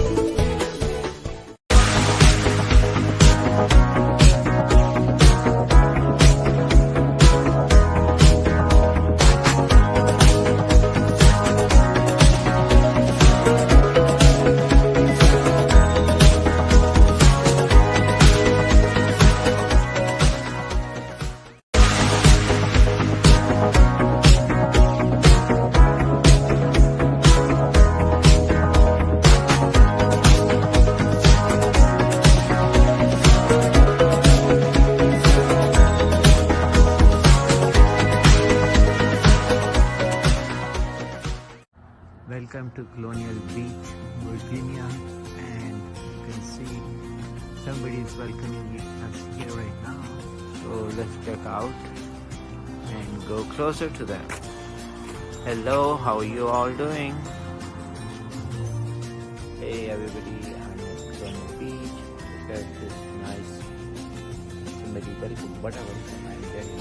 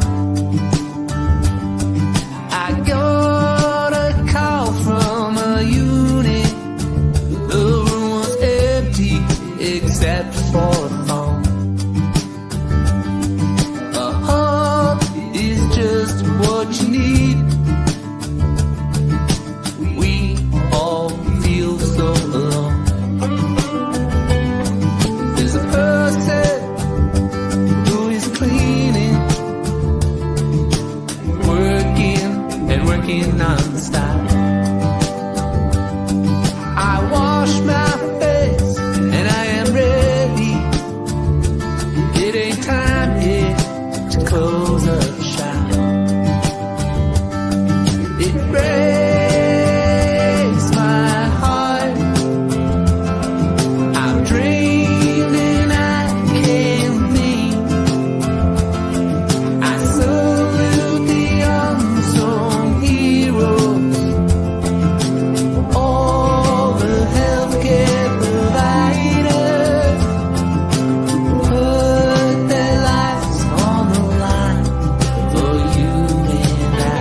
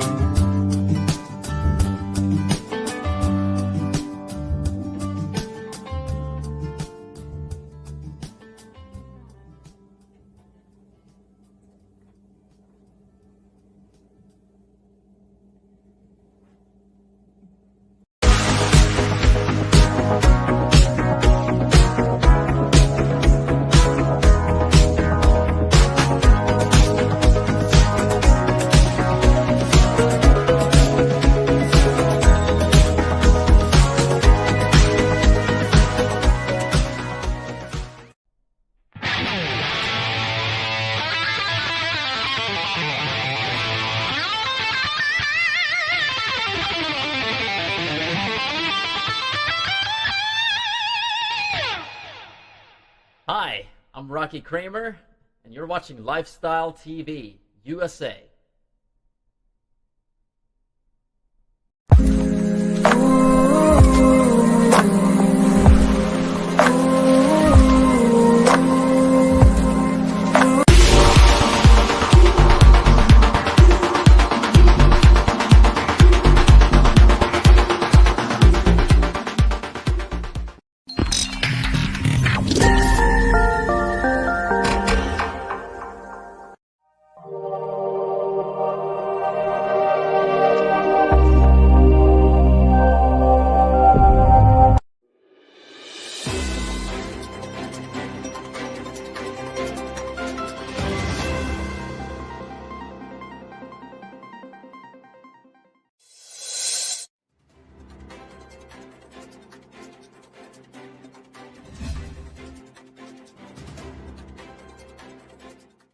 National command and operation centre के ताज़ा तरीन आदादोशुमार के मुताबिक गुज़िश्ता 24 घंटों के दौरान 1270 नए cases report हुए। पंजाब में 1,62,875, सिंध में 2,52,719, खैबर पख्तूनख्वा में 69,164, बलोचिस्तान में 18,916, गिलगित बल्तिस्तान में 4,929, इस्लामाबाद में 42,401 जबकि आज़ाद कश्मीर में 9,359 केसेस रिपोर्ट हुए। मुल्क भर में अब तक 83,60,823 अफराद के टेस्ट किए गए। गुज़िश्ता 24 घंटों के दौरान 35,280 नए टेस्ट किए गए। अब तक 5,18,164 मरीज सेहतयाब हो चुके हैं जबकि 1,743 मरीजों की हालत तशवीशनाक है। पाकिस्तान में कोरोना से एक दिन में 33 अफराद जाबहक हुए जिसके बाद वायरस से मरने वालों की तादाद 12,218 हो गई। पंजाब में 4,994, सिंध में 4,183, खैबर पख्तूनख्वा में 1,980, इस्लामाबाद में 483, बलोचिस्तान में 197, गिलगित बल्तिस्तान में 102 और आज़ाद कश्मीर में 279 मरीज जान से हाथ धो बैठे।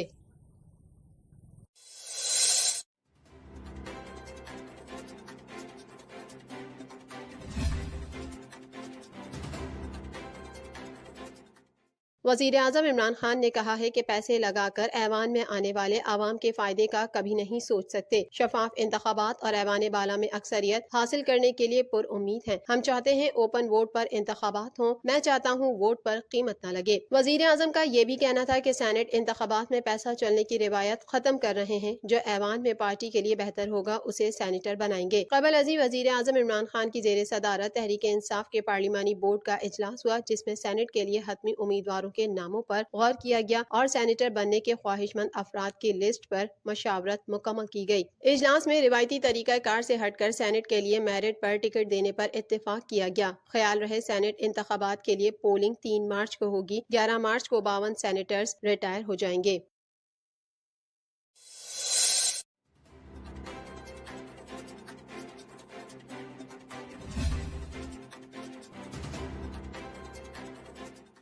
पाकिस्तान का कहना है कि अमन मश्क का मकसद मंशियात दहशतगर्दी के खिलाफ काविशें करना है। मश्क में 45 ममालिक की बहरी अफवाज ने हिस्सा लिया। हफ्तावार मीडिया ब्रीफिंग के दौरान तर्जुमान दफ्तर खारजा जाहिद हफीज चौधरी का कहना था कि वजीर खारजा ने वज़राए खारजा को कोहे पैमाओं की तलाश के लिए हर मुमकिन कोशिश का यकीन दिलाया है। उन्होंने कहा कि पाकिस्तान और UAE के दरमियान दोस्ताना ताल्लुकात हैं। वजीर आजम ने अरब अमारात की क़यादत से टेलीफोन पर रब्ता किया। दोनों रहनुमाओं ने पाकिस्तान और UAE के ताल्लुकात की बेहतरी पर इत्तेफाक किया। UN सेक्रेटरी जनरल और सदर से मकबूजा कश्मीर की सूरत हाल पर राब्ता किया।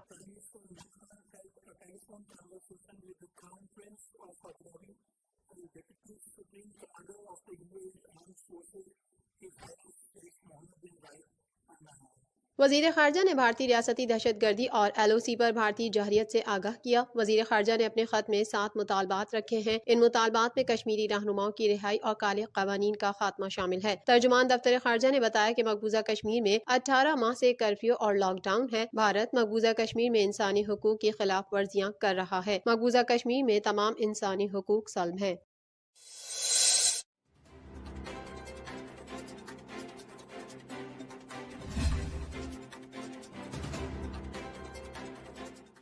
दहशतगर्दों की जानिब से जनूबी वजीरिस्तान के इलाके में सिक्योरिटी फोर्सेस की चेक पोस्ट पर हमला कर दिया गया, जिसके बाद जवाबी कार्रवाई में 4 अमन दुश्मन मारे गए। दहशतगर्दों से लड़ते हुए पाक फौज के 4 जवान मादरे वतन पर कुर्बान हो गए। पाक फौज के शोबा ताल्लुकात आमा की जानिब से जारी बयान में कहा गया है कि जनूबी वजीरिस्तान के इलाके मकीन में सिक्योरिटी फोर्सेस की चेक पोस्ट पर दहशतगर्दों ने हमला किया, जिसका फौरी जवाब देते हुए सिक्योरिटी फोर्सेस ने 4 अमन दुश्मनों को हलाक कर दिया, जबकि दहशतगर्दों से लड़ते हुए पाक फौज के 4 जवान शहीद हो गए। ISPR के मुताबिक शहीद होने वालों में लांस नायक इमरान अली, सिपाही आतिफ जहांगीर, सिपाही अनीसुर रहमान और सिपाही अजीज शामिल हैं। सिक्योरिटी फोर्सेस की जानिब से इलाके में क्लियरेंस ऑपरेशन जारी है।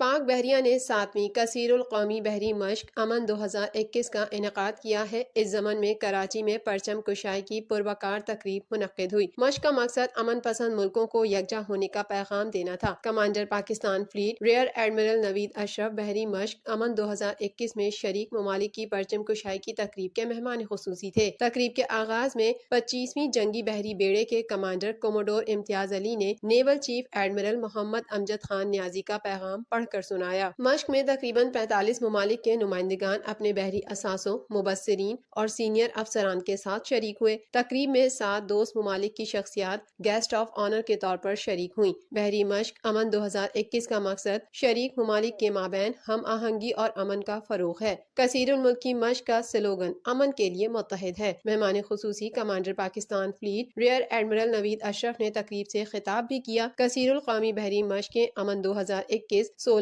फरवरी तक जारी रहेंगी।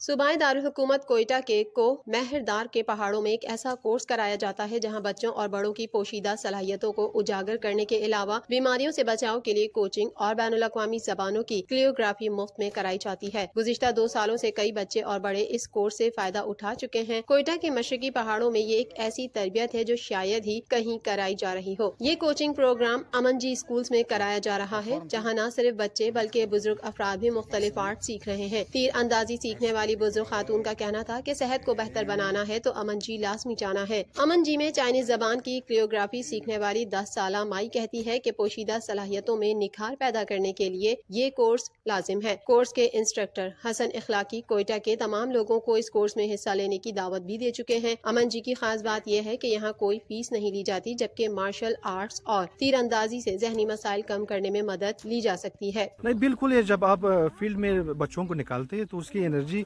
ज्यादा हो जाती है, वो दिलचस्पी ज्यादा लेते हैं बनिस्बत के जब आप इसको स्कूल की तरह टेबल पे या कुर्सी पे बेंच पे बिठाएंगे तो वो ज्यादा नहीं सीखते। बच्चों का काम ही इसी तरह है ना, खुसूसन जो बच्चे जो यानी 4 साल से 8 साल की उम्र है, वो खेलने कूदने की उम्र होती है उनकी, तो उन बच्चों को खेलना कूदना चाहिए। तो जब उसको आप माहौल में लाएंगे तो वो जो हकीकी मसाइल हैं जो रोज़मर्रा के मसाइल है उसको सीखते हैं लोग।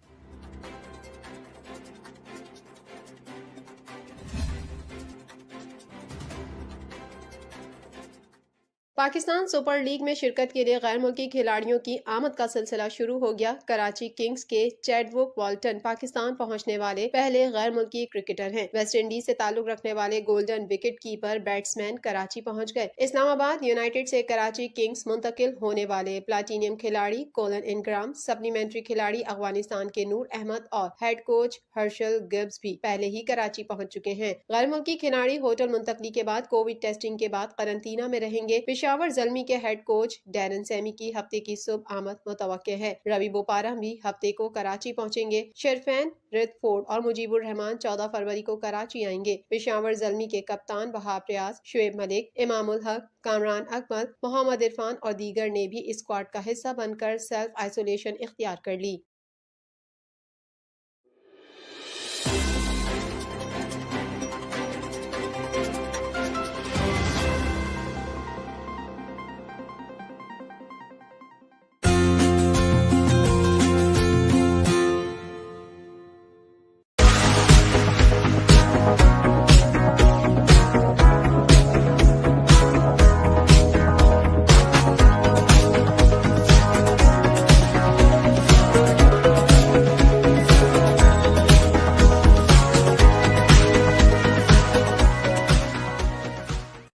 So today I'm at Berkeley, Virginia. Gorgeous places. Dr. Moby, keep watching our transmission. It's excellent. We really take care of your family needs as well as entertainment. So enjoy. And this is Dr. Moby checking out from Berkeley Marine. Hey, you want a picture? Oh, look at them. They want a picture with me. Next time, buddies. Look at the nice day to do boating as well as enjoy the nature. This is Berkeley. It's gorgeous. So it looks like we have great fishing here, Berkeley, and you can check. It is a lot of fishing actually, walleye. Wow. So those are really nice. This is nice if you like hiking. You can take trails and go there. It's really nice. Beautiful green, and you can imagine if you take a walk, it'll be very relaxed. As you can see, sun is shining through the trees. Gorgeous view, gorgeous view. And it is so great, all green around us. So you can take a trail here and enjoy. As you can see, gorgeous, gorgeous day for fishing. And a lot of people are fishing. We are boating too.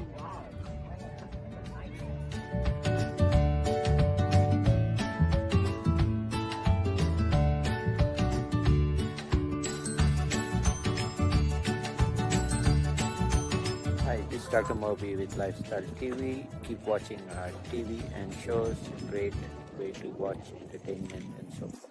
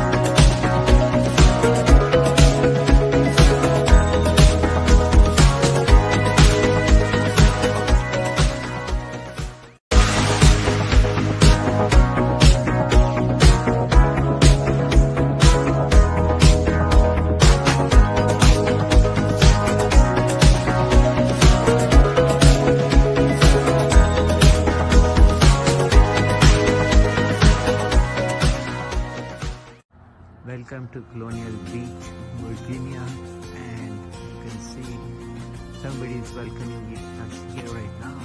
So let's check out and go closer to them. Hello, how are you all doing? Hey everybody, I'm at Colonial Beach. Look at this nice, somebody welcome, whatever, I'm telling you.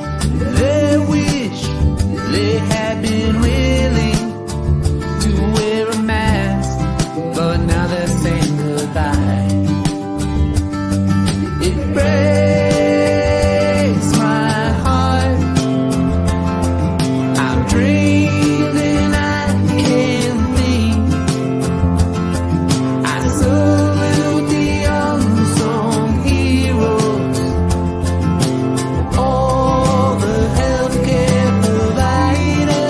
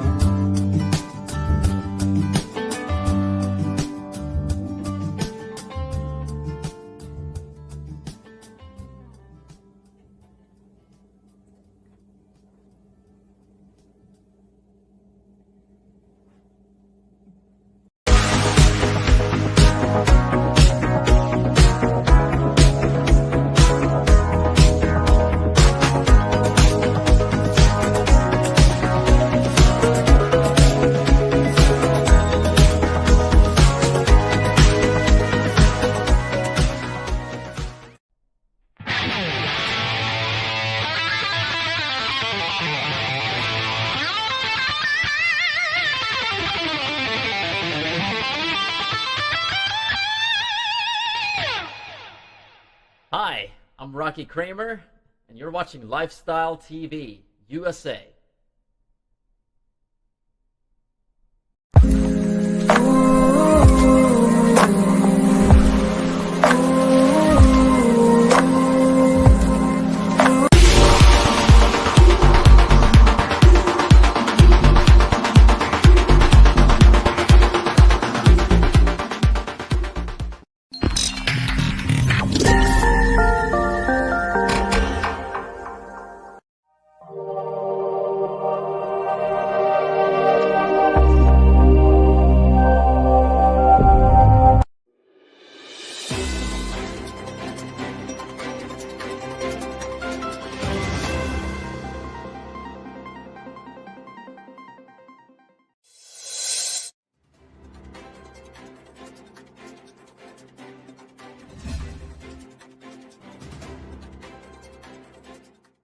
Canadian वजीर आजम Justin Trudeau के 6 जनवरी को दारुल हुकूमत पर हमले के बाद Donald Trump के बारे में तनकीदी तबसरे साबिक अमरीकी सदर के मवाक़से के मुकदमे की समात में रिकॉर्ड में दाखिल हो गए हैं। डेमोक्रेट्स ने अमरीकी सेनेट पर जोर दिया कि वो ट्रंप को बगावत पर उकसाने के इल्जाम साबित करें और उनके दोबारा इक़्तिदार में आने पर पाबंदी आयद करें। दारुल हुकूमत में होने वाले हमले ने पूरी दुनिया में अमरीकी जमहूरियत की साख को नुकसान पहुँचाया है। टेक्सास से ताल्लुक रखने वाले कानूनदान जोकैन कास्टरो, जो ट्रंप के खिलाफ मुकदमा चलाने वाले मवाक़से मैनेजर्स में से एक हैं, ने इस्तदलाल किया कि 6 जनवरी के हंगामे के हालात दुनिया भर की जमहूरियत पर तबाहकुन असरात मुरतब कर सकते हैं। उन्होंने कनाडा और जर्मनी का जिक्र करते हुए कहा, यहाँ तक कि हमारे दोस्त ममालिक भी बात कर रहे हैं। उन्होंने ट्रूडो के बयान का हवाला देते हुए कहा कि जिसमें उन्होंने कहा था कि हमने जिस चीज का मुशाहिदा किया वो मौजूदा सदर और दीगर सियासतदानों की तरफ से मुश्तइल मुश्तदिद फसादियों के जरिए जमहूरियत पर हमला था।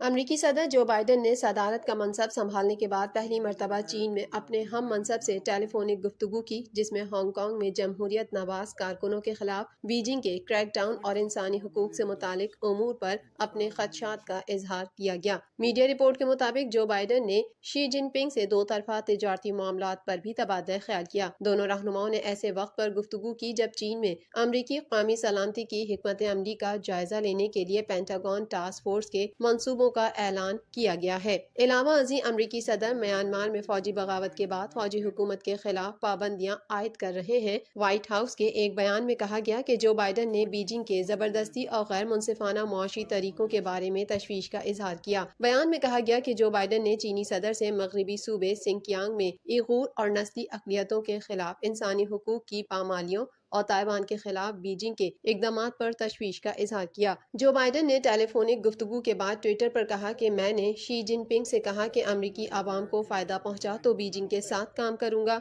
इस जमन में चीन के रियासती नशरियाती इदारे CCTV ने दोनों सदूर के माबैन होने वाली गुफ्तगू को मुस्बत करार देते हुए कहा कि शी जिनपिंग ने तस्लीम किया कि दोनों फरीकैन के आपस में इख्तिलाफात हैं और इन इख्तिलाफात को हल करना चाहिए, लेकिन मजमूई तौर पर ताउन पर जोर दिया गया। CCTV ने कहा कि चीनी सदर ने ताइवान, हांगकांग और सिंकियांग से मुतालिक जो बाइडन के खदशात को मुस्तरद करते हुए कहा कि ये मामला चीन के दाखिली उमूर हैं और चीनी खुद मुख्तारी के दायरे में आते हैं। शी जिनपिंग के हवाले से कहा गया कि अमेरिका को चीन के बुनियादी मफादात का एहतराम करना चाहिए और मोहतात रवैये के साथ काम करना चाहिए। ख्याल रहे कि अमेरिका और चीन के दरमियान ताल्लुकात रमाबर्स मुतादिद मामलात पर तनज़्ज़ुली का शिकार रहे, जिसमें तिजारत, टेक्नोलॉजी, कोरोना वायरस और चीन का जनूबी चीनी समंदर पर दावा और हांगकांग में सिक्योरिटी कानून नाफिज करना शामिल है।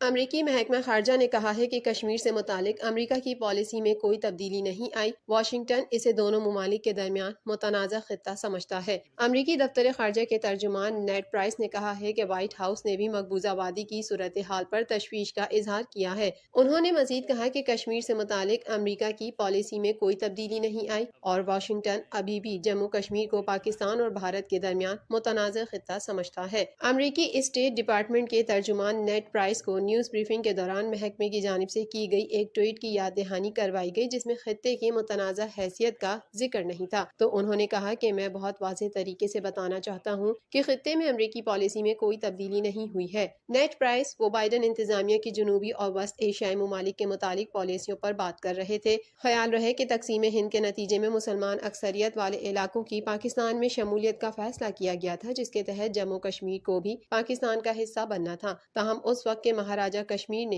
हिंदू रहनुमाओं के साथ साज़बाज़ करके कश्मीर को भारत के ज़ेरे इंतजाम दे दिया था।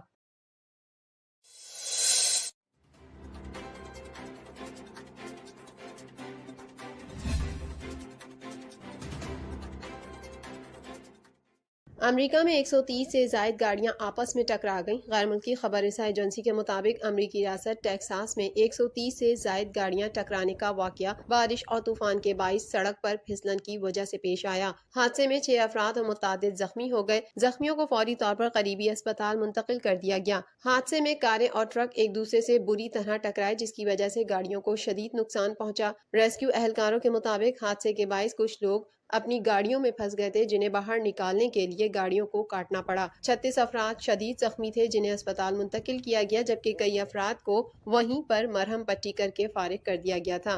हादसा मुकामी वक्त के मुताबिक सुबह 6 बजे पेश आया। हादसे में जख्मी होने वालों में 3 पुलिस एहलकार भी शामिल हैं।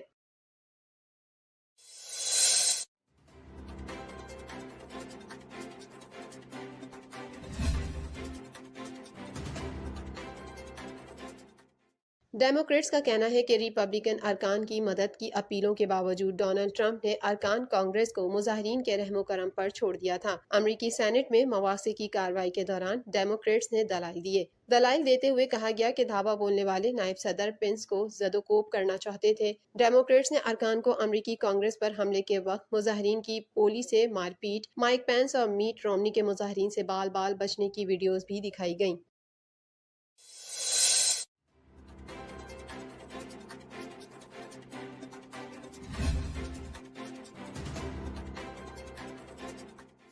दुनिया भर में कोरोना केसेस की तादाद 10,82,96,000 से बढ़ गई और 23,78,824 अफराद जान की बाजी हार गए। दुनिया में कोरोना के 8,32,09,000 से ज्यादा मरीज सेहतयाब हो चुके हैं और 2,54,38,000 से ज्यादा जेर इलाज हैं। आलमी इदारे सेहत ने खबरदार किया है कि कोरोना वायरस की 3 नई इकसाम तेजी से फैल रही हैं, जबकि इसके म्यूटेशन नामी अमल की शनाख्त हुई है, जो एंटीबॉडीज की अफादियत कम कर सकता है और वायरस के खिलाफ वैक्सीन कम मौसर हो सकेगी। अमरीका में कोरोना की सूरत हाल सबसे ज्यादा खौफनाक है, जहां 4,86,922 अमवात हो चुकी हैं और 2,80,02,000 से ज्यादा अफराद मुतासिर हैं। भारत कोरोना केसेस के एतबार से दुनिया में दूसरे नंबर पर है, जहां अमवात की तादाद 1,55,484 और 1,08,80,000 से ज्यादा अफराद में वायरस की तशखीस हो चुकी है। रूस में 40,27,000 से ज्यादा अफराद कोरोना वायरस से मुतासिर हो चुके हैं और अमवात की मजमूई तादाद 78,687 है। बरतानिया में 39,98,000 से ज्यादा अफराद मुतासिर हैं और 1,15,529 अमवात हो चुकी हैं। फ्रांस में 34,06,000 से ज्यादा अफराद मुतासिर और 80,803 जान की बाजी हार चुके हैं। तुर्की में कोरोना वायरस से अमवात 27,187 तक जा पहुंची हैं, जबकि कोरोना वायरस के केसेस 25,64,427 हो चुके हैं। सऊदी अरब इसी फहरिस्त में 39वें नंबर पर आ गया है, जहां कोरोना वायरस से अब तक कुल अमवात 6,420 रिपोर्ट हुई हैं, जबकि मुमलिकत में इसके मरीजों की तादाद 3,71,720 तक जा पहुंची है।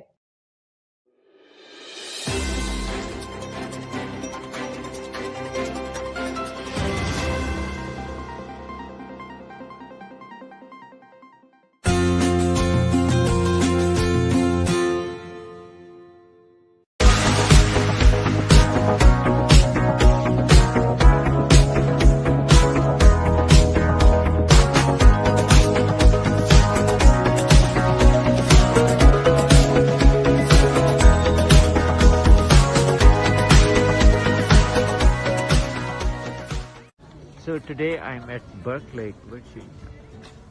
Gorgeous places, Dr. Moby. Keep watching our transmission.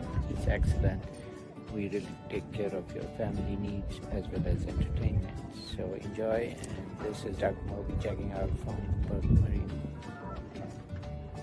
Hey, you want a picture? Oh, look at them. They want a picture with me.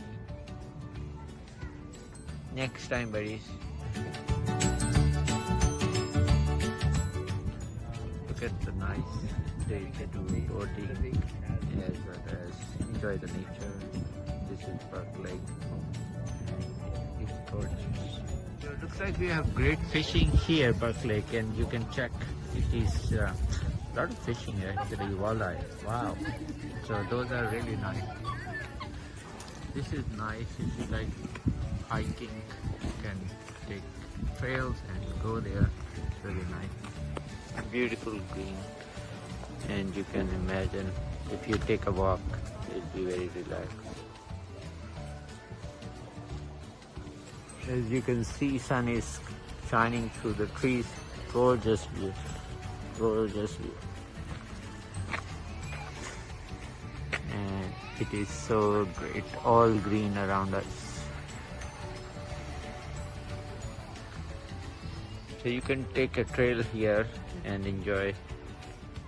As you can see, gorgeous day for fishing, and a lot of people are fishing.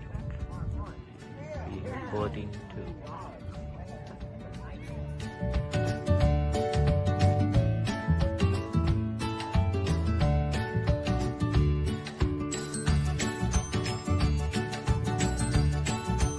Hi, this is Dr. Moby with Lifestyle TV. Keep watching our TV and shows.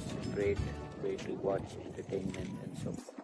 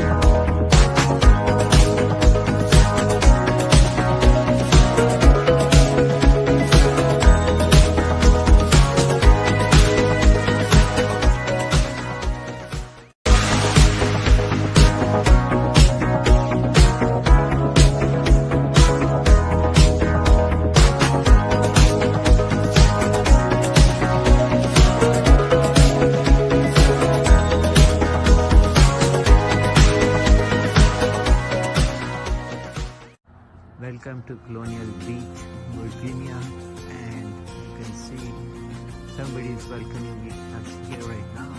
So let's check out and go closer to them. Hello, how are you all doing? Hey everybody, I'm at Colonial Beach. Look at this nice, somebody welcome, whatever, I'm very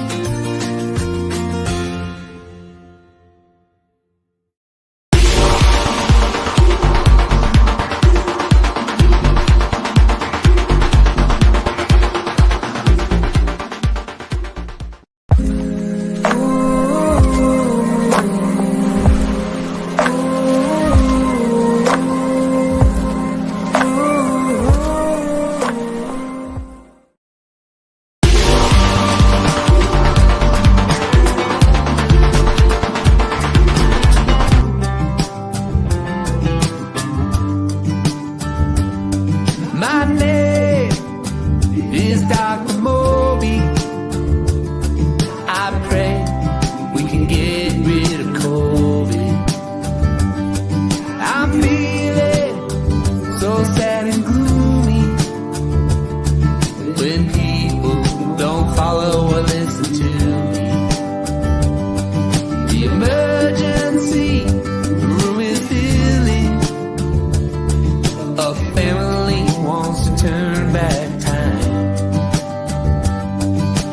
They wish they had been willing to wear a mask, but now they're saying goodbye. It breaks my heart. I'm dreaming and I can't think.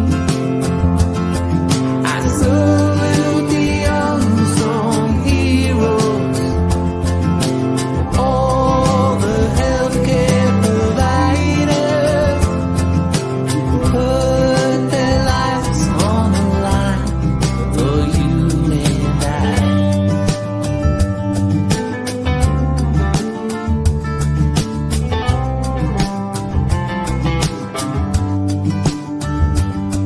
I got a call from a unit. The room was empty except for a phone. A hug is just what you need. We all feel so alone. There's a person who is cleaning,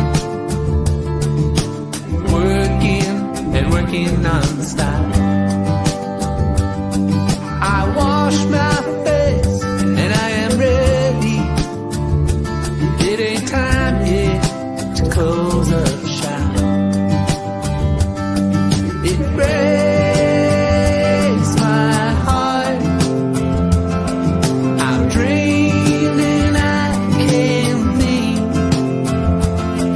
I salute the unsung heroes, all the healthcare providers who put their lives on the line for you and I.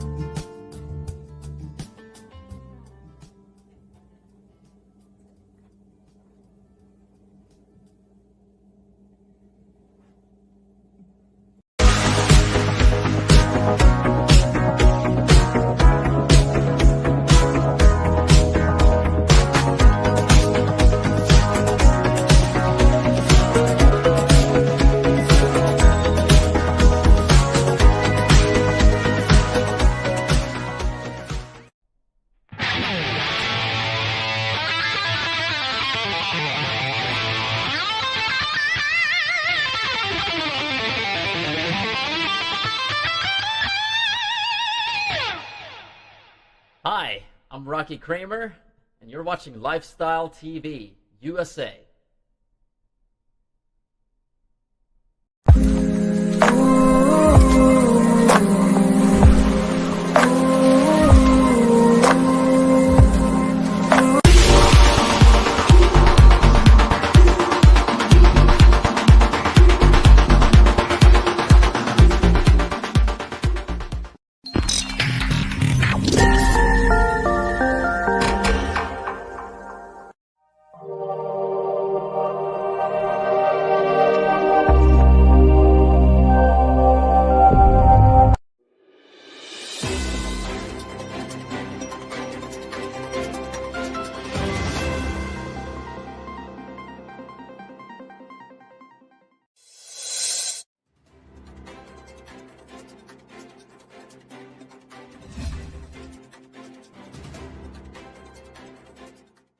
काले हिरन शिकार case में जोधपुर अदालत ने बॉलीवुड अदाकार सलमान खान के खिलाफ राजस्थान हुकूमत की जानिब से दायर की गई दरख्वास्त मुस्तरद कर दी। भारतीय मीडिया के मुताबिक काला हिरन शिकार केस से मुतालिक जोधपुर की डिस्ट्रिक्ट और सेशन अदालत में समाअत हुई। दौरान समाअत अदालत ने काले हिरन शिकार केस में अदाकार सलमान खान के खिलाफ राजस्थान की हुकूमत की जानिब से दायर करदा दरख्वास्त मुस्तरद कर दी। रियासती हुकूमत ने 2003 में Salman Good evening, ladies and gentlemen. This is Dr. Moby with Lifestyle with Dr. Moby. And today we have an excellent guest, Cecilia Ward.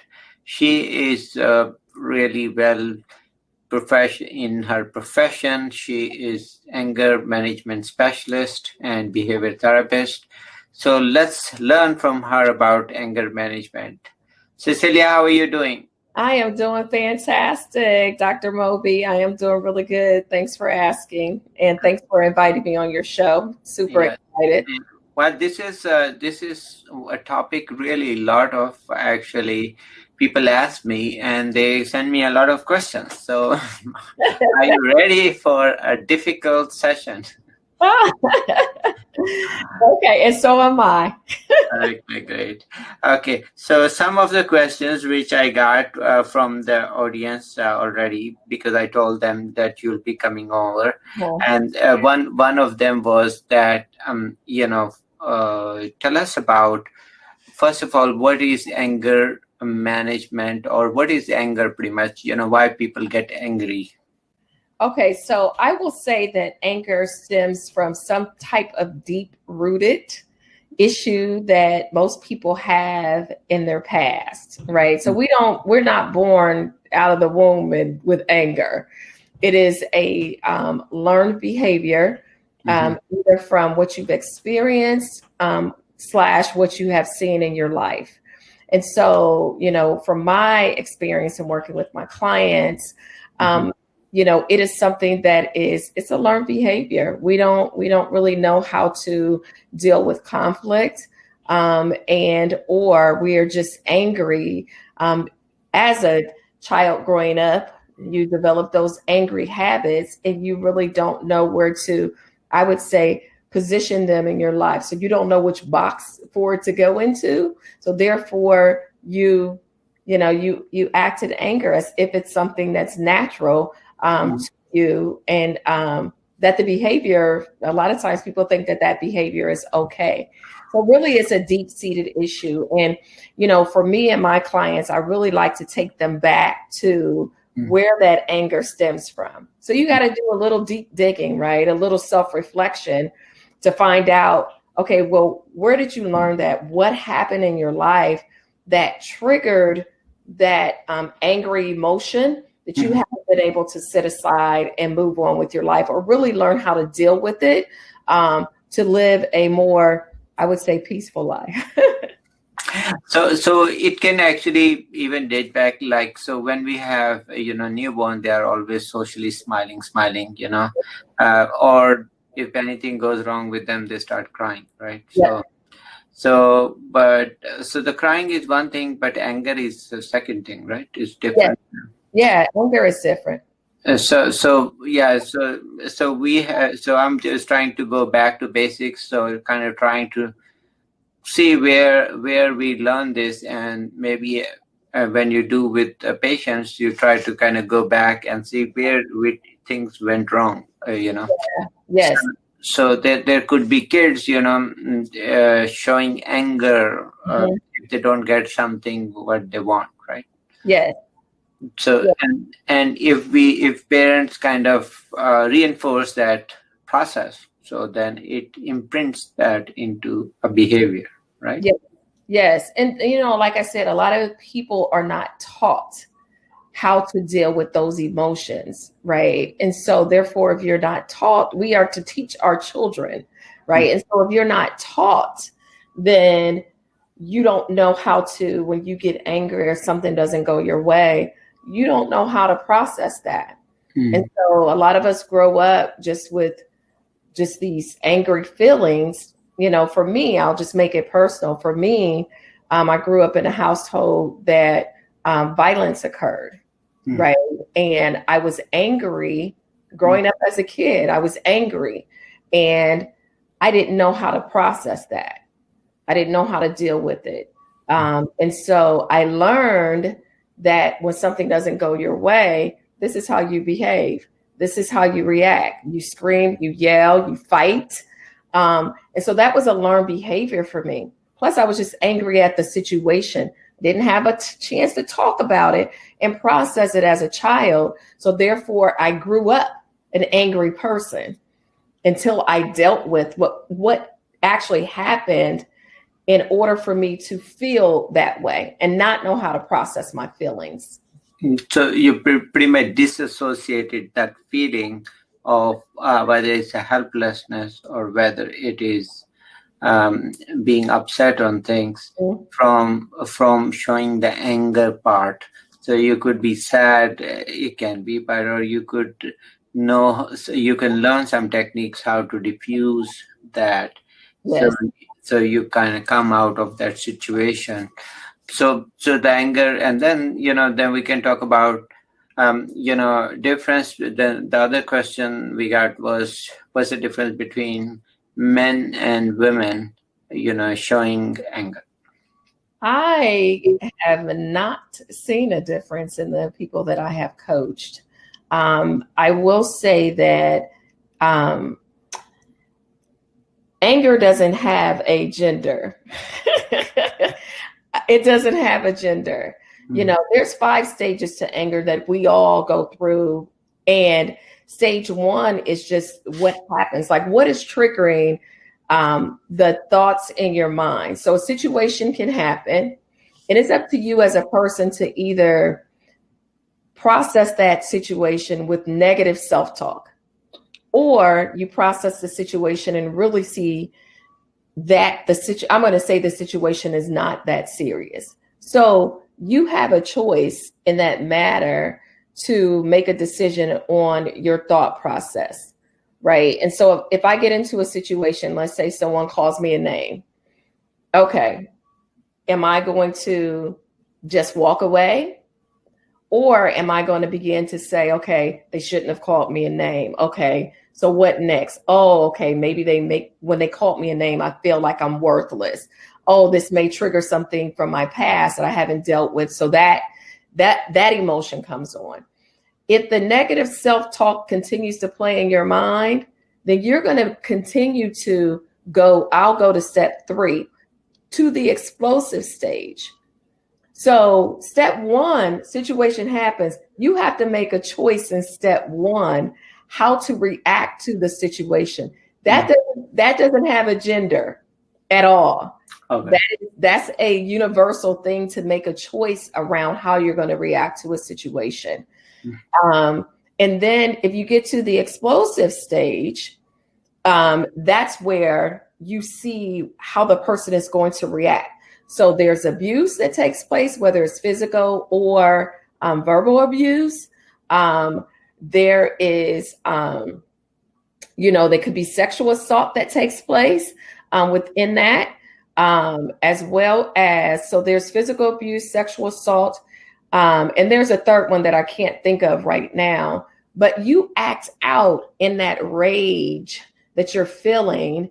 And like I said, that does not have a gender at all, and so that's what I would say. It doesn't have a gender. So what you're saying is the situation happens, and that of course will not have a gender, because it can happen to anyone. Yeah. The only difference is maybe they'll bully somebody more, thinking they are minorities, or they are weak physically, or whether they are, so maybe there's some bullying difference between different types. Then the second is then how they process that, or how, so the negativity comes in with those thoughts. You kind of go and you feel inferior, or you think that means that to you, or that's what somebody meant, right? Yeah. And then the third you're saying is the processing part, where there's still no difference that how you're going to react to that, right? Right. Okay. And then you have the period where you feel you calm down, right? It normally takes around an hour plus. It just depends on, how you process things. After that calming down period, then you have people that feel remorse, right? I shouldn't have done that. Or, in the case of domestic violence, a lot of people will then give gifts, right? Because they feel that remorse. Let me give a gift in order for me to say that I'm sorry, to let the person know I didn't mean that. But if you have not dealt with the anger and what your triggers are, you can go from, it doesn't matter what situation it is. If you have not dealt with that past situation that occurred, you will go right back to the explosive stage. So let's say you and I had a disagreement. We get into a physical altercation. A lot of people, when they see that person again, they automatically get upset. You haven't let go and processed the angry feelings that you've had.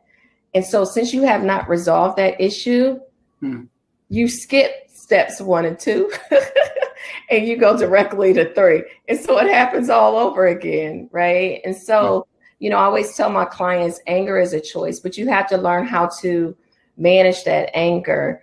And it comes just with practice and just really understanding, why you're angry. And then understanding, the one thing I tell my clients is you can't control anyone. You have one person that you can control, and that's yourself. That's it. That's true. That's true. So also tell me, what is then, let's say we have angry situation at family. Where do you see, I'm sure you see a lot of clients with that, what effects it will have to both the wife and husband and kids? A really bad effect. So I can speak from experience. I suffered from mental illness and I still do, but undiagnosed. I was angry, number one, because I had not dealt with my childhood experiences. Number two, I didn't know that I was suffering from mental illness. So my anger outburst had an effect on everyone that was in our household. Every single person, whether you're a child, whether it was my husband, every single person, it had a negative impact. And so if that's the case, I always tell my clients that you have to go back and you have to, first of all, apologize for what's happened. Let the person know that you're taking steps to control your anger. And then the third thing is that you have to work through how that impacted those people in your household, right? And if you don't do that, then your child has 1 or 2 paths to take. They can take the path of being angry and doing the same thing that you've done, or they can take the path of the exact opposite. I'm not going to be angry. I'm not going to yell. I'm not going to scream. But I will tell you this.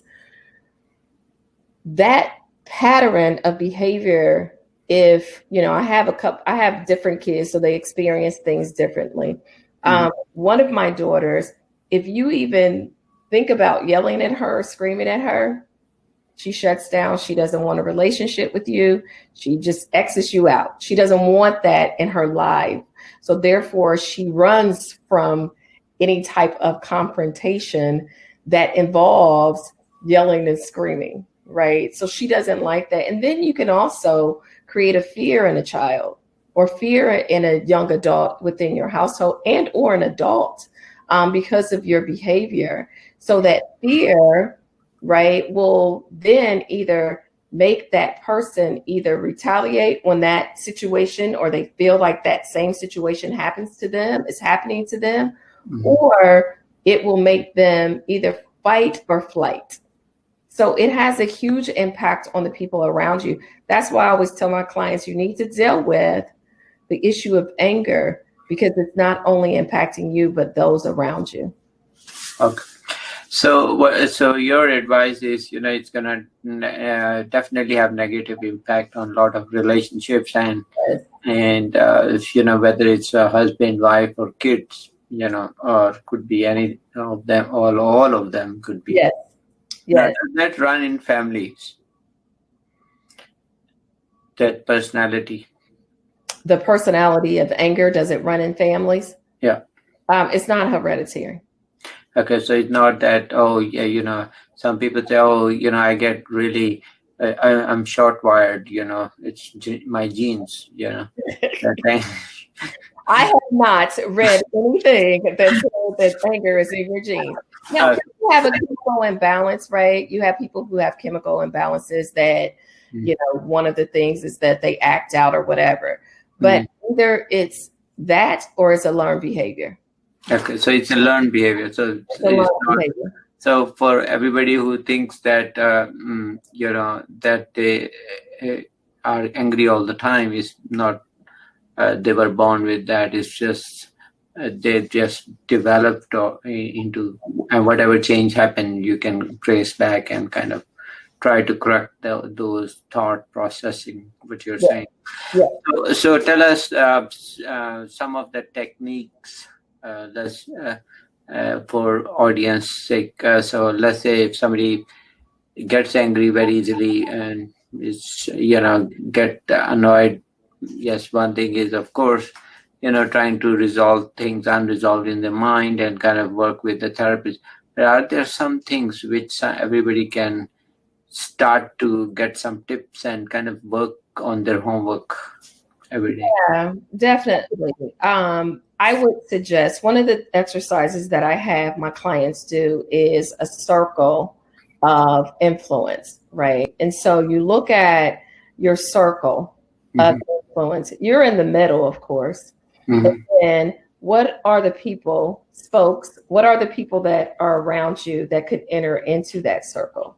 You need to determine, are those people triggers for you? Is it a good relationship? Is it a bad relationship? Is it an okay relationship? But do those people cause you to easily get angry, right? And if that's the case, then that person has to make a choice. I always say to make a choice to get in or get out, or determine whether, today is a good day to approach that person or to be in contact with that person or not.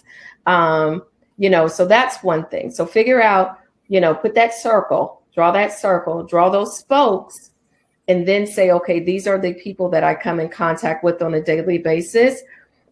Are any of these people in this circle a trigger for me in my anger?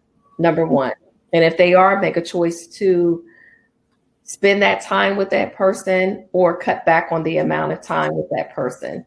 The other thing is to really look at how do I react when I'm angry, right? And am I a short fuse person, or does it take me a while to get to the place where I am totally out of control, right? So my suggestion on both ends really is to, when you feel yourself beginning that negative self-talk, you can feel those negative self-talks. Check and see if it's true. Is the negative self-talk going on within your mind? Is it a true statement or is it not? You also, go ahead. So what you're saying is that the first stage was, like you said, things happen, it happens. But the second one, where your brain processes negativity, that's why you can disassociate that from that, what you're saying. Yes. Yeah. Another thing is just walk away. You can literally walk away from a situation. It'd be hard, but practice walking away. If you're not ready to have a conversation because you know that it's going to make you angry or you're starting to get angry, walk away. If you're in a relationship with someone, a spouse or a significant other, and you're in the same household, if you are getting into a conversation and the conversation is beginning to make you feel as if your anger, I should say your blood is boiling, you need to tell that person, I am going to walk away. And you don't come back to that discussion until you're able to have it in a calm manner. So, and so just walk away. But if you're going to practice this, let the person know that I will tell you I'm going to walk away and tell you that when I'm ready to rehash the conversation again. And that could be a day, that could be an hour, but you can walk away. okay. And then other question I got, and probably I've seen also a couple of them, is some people who get angry, they either start smoking or they start drinking or both, and then or use drugs. Go see a therapist. Go see a therapist. Go see a therapist. Go see a therapist. Because that then goes from I am just angry to I'm angry and I'm self-medicating, right? So I'm going to do drugs, I'm going to do alcohol so that the anger can be covered, so I'm going to cloak the anger with this other chemical, within my brain or within my body so it can make me feel a different way. You need to go see a therapist to deal with not only your anger, but also your now habit that can then turn into something that is, ongoing. I've lived with a angry person that was an alcoholic. It was just not a good situation at all growing up. Of course, it creates two problems. One is, and then same smoking, they would just put on cigarette if they, and then, I always tell them, that if you ever check your blood pressure and heart rate with smoking, it goes actually way up. Mm-hmm. So then same thing. So, or some people could start eating or or lose appetite. I mean, those are some of the manifestation, mishandling or maladaptive way of dealing with stress or anger, right? Mm-hmm. Yeah, absolutely. Okay. Also, I'd like to ask you, then becomes important topic of abuse and verbal, and could be those are the, now you get referral from a lot of, I'm sure, patients who have these anger management problems, could be professionals too, actually. Yeah. Do you see a lot of, do you get a lot of medical professionals? Not medical professionals, but I do get a lot of clients at all different ages, all different walks of life. So whether you are, a blue collared or white collar professional, whether you have a lot of money or you don't have a lot of money. So I see different clients because they really are at a point. Most people that I see, they're at a point that it is impacting themselves and their families. And that's where they want to come in, and they're just tired of being angry. So that's when they come in and they want the assistance on how to deal with anger. And normally I will tell you, doctor, that when people find out that I'm an anger management specialist, and this is not something that is court mandated, because a lot of courts mandate people to go, anger management, but they're like, oh my gosh, like they really exist. Yeah, they really exist. And then they start to say, oh, my brother needs anger management courses, or my sister, or my husband. I'm like, okay, but you can't force a person to, to take on a, counselor for anger. The person has to be willing and ready to at that point in time. But it's across the gamut. Mm-hmm. I think I remember I watched movie, if you remember that movie, I think where the actor was forced to go through anger management course by the judge. So I think, yes, and then he had to, of course, the judge mandated that, otherwise he'll be sent to jail for extra time. So a lot of, we are in hospital, I see many times, these happening, lot of certain, medical profession also show a lot of anger towards, their residents or their, Mhm. the junior staff or the. Mhm. So does that, but nobody, can force them to counseling. Exactly. And some people think that it's, this is okay. This is how you treat people. Yeah. Learned behavior. This is how you treat people. Or someone has never said to that person, the way that you're treating these people are wrong, right? In the Fortune 100 companies that I've worked for, you have a lot of leaders that feel that, this is how you should lead. You should lead with with the strong hand, and you don't need to be happy every day. You need to come in and you need to have a stoic face. And these people need to know you don't want to push me the wrong way, because if you do, then it's gonna be brutal, And so in corporate America, people have abused people just by their words. Like, abuse is just not physical, and it's just not emotional. It's verbal. You can have verbal abuse based on your anger. And so even calling someone, as simple as calling someone fat, that's verbal abuse. People don't want to be called out of their names, and so therefore, like I said, in corporate America, abuse is very common. Verbal abuse is very common. Yeah. And people think that they need to rule with an iron fist. Then you don't need to. You can come in and be happy and be joyful and still get the same results from people, but they feel like they have to have that, about them. Like, yes, you don't want to push me the wrong way, because if you do, then I'm going to get angry and this is going to be the result of it. Okay. And that's you mean like a boss look? They don't need that. Yeah.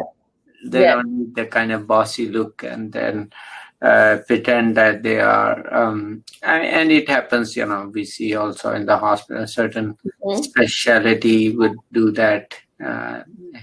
How does that they are? I mean, you do. So we used to teach, staff actually for these team building and so forth. So there were few, certain specialties will come and they just, harass everybody and make fun of all the staff. And so when they will come, you'll see there's a pin drop silence, even the patients and everybody, nobody wants to even talk to them. They just don't come.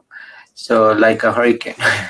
Exactly. And so you've exerted your position over someone, and you believe that you can treat them any kind of way, and that should be okay. Yeah, that's sad. That's how it's done. Okay, well, thank you. It was a pleasure learning, and hopefully it has helped a lot of my viewers. And any final thoughts you'd like to share? I would just say that if you are struggling with anger, just go get assistance, because it's so important for you to live a more, I would say, more joyful life. It's important for your friends and for your family and those that are around you. The anger management process is, it takes weeks, but it's easier than what you may think that it is. So go seek help, because help is out there. Yes, and that is also same advice that, don't try to read yourself. I mean, you can do certain things for sure. Avoid alcohol, avoid smoking, avoid those situations which really kind of fuse you. So yes, you can do those. And then, then maybe try to, of course, make sure sleep good, because if you don't sleep well, you will be very moody. Yes. So sleep and eat better for sure. Yes. Those things you can do, but beyond that, you should definitely consult somebody specialist. Thank you for coming. It was pleasure. All right. Have a great night. You too.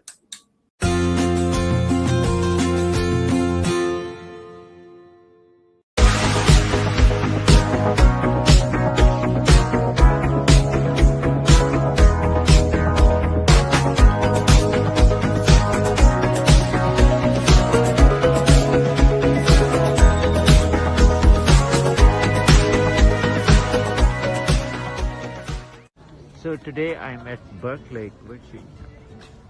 Gorgeous places, Dr. Moby. Keep watching our transmission. It's excellent. we really take care of your family needs as well as entertainment. So enjoy, and this is Dr. Moby checking out from Perth Marine. Hey, you want a picture? Oh, look at them. They want a picture with me.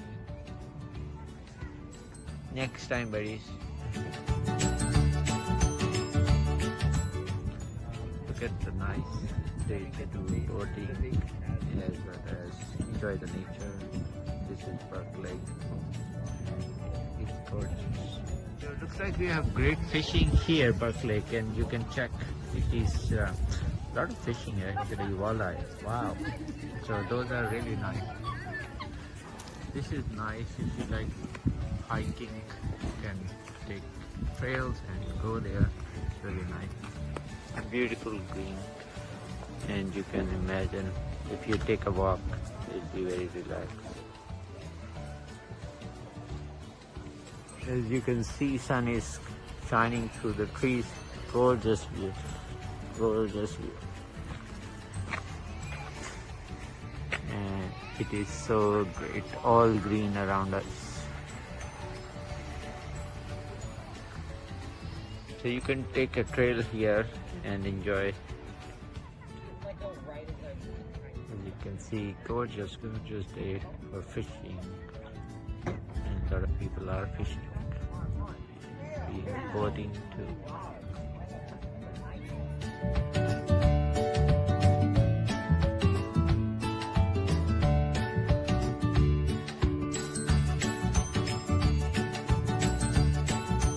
Hi, this is Dr. Moby with Lifestyle TV. Keep watching our TV and shows. Great way to watch entertainment and so forth.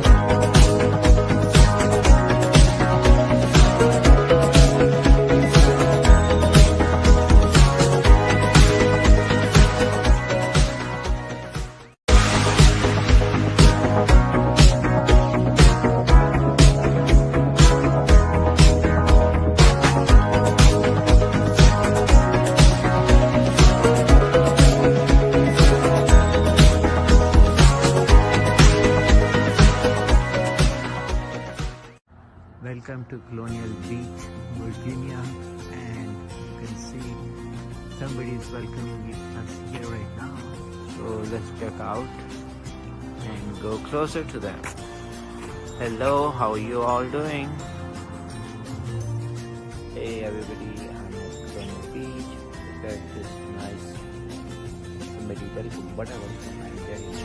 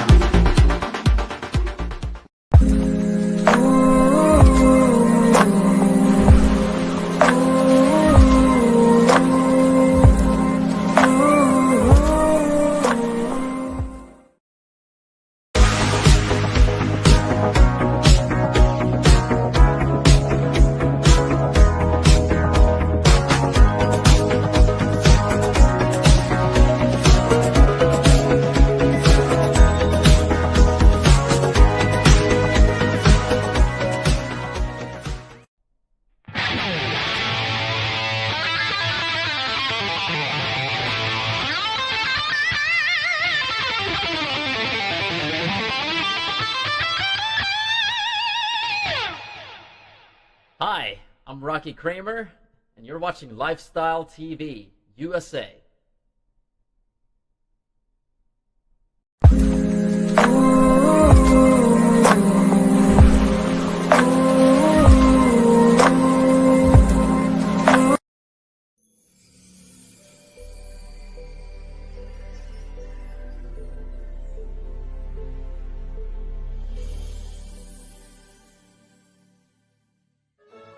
Coming up, we'll be on location at Best Health Sleep Center in Dumfries, Virginia, discussing the latest advances in sleep disorder treatment, health, and wellness, and how they can effectively treat sleep apnea and help you get a good night's sleep, as well as restoring your health and wellness with one of this area's top doctors, Dr. Mubashir Fazal. Dr. Fazal is board certified in sleep medicine, hospital medicine, as well as family medicine, and has well over 20 years of experience. Dr. Fazal also received a medal for academic excellence while he was attending medical school. He also was chief resident and then became chief of medicine at a hospital in Michigan. Dr. Fazal works extensively with not only the private sector, but also federal government organizations, including the VA and the U.S. Army, among others. Dr. Fazal is also one of the very few doctors in this DMV region who specializes in both pediatric as well as adult sleep medicine. He is widely recognized as one of this region's top doctors. Welcome to the Best Health Sleep Center. This is Dr. Fazal, Medical Director, as well as Board Certified Sleep Specialist. I'm here to help all your sleep needs. We serve Maryland and Virginia area, and we take care of adult as well as pediatric population. Welcome. My name is Samara, and I'm the office manager of Best Health Sleep Center. I will make sure you've got a good customer service, and I will take care of all your sleep needs and scheduling. Hi, I'm Christopher. I'm a patient care coordinator, and I'm here to go the extra mile and make sure you get exceptional customer service. Hi, my name is Liz. Bienvenidos a nuestra clínica. Estamos aquí para ofrecerte ayuda si tienes problemas para dormir. Si tienes problemas de sobrepeso, si sufres de ansiedad o si no puedes dormir y porque roncas mucho, estamos aquí esperándote que nos llames. Tenemos oficinas en Maryland y Virginia. Gracias, te esperamos. My name is Mohsen. I take care of all the DME equipment needs. Even after the follow-up, I make sure that all the patients been taken care of at the best level. They really care about their patients. Very responsive. Anytime I've had any question or issue, either the staff or the doctor, Fazal gets back to me quickly. It's been great working with them. I would say out of a scale 1 to 10, he's a 20. And the nurses and the staff are beautiful people.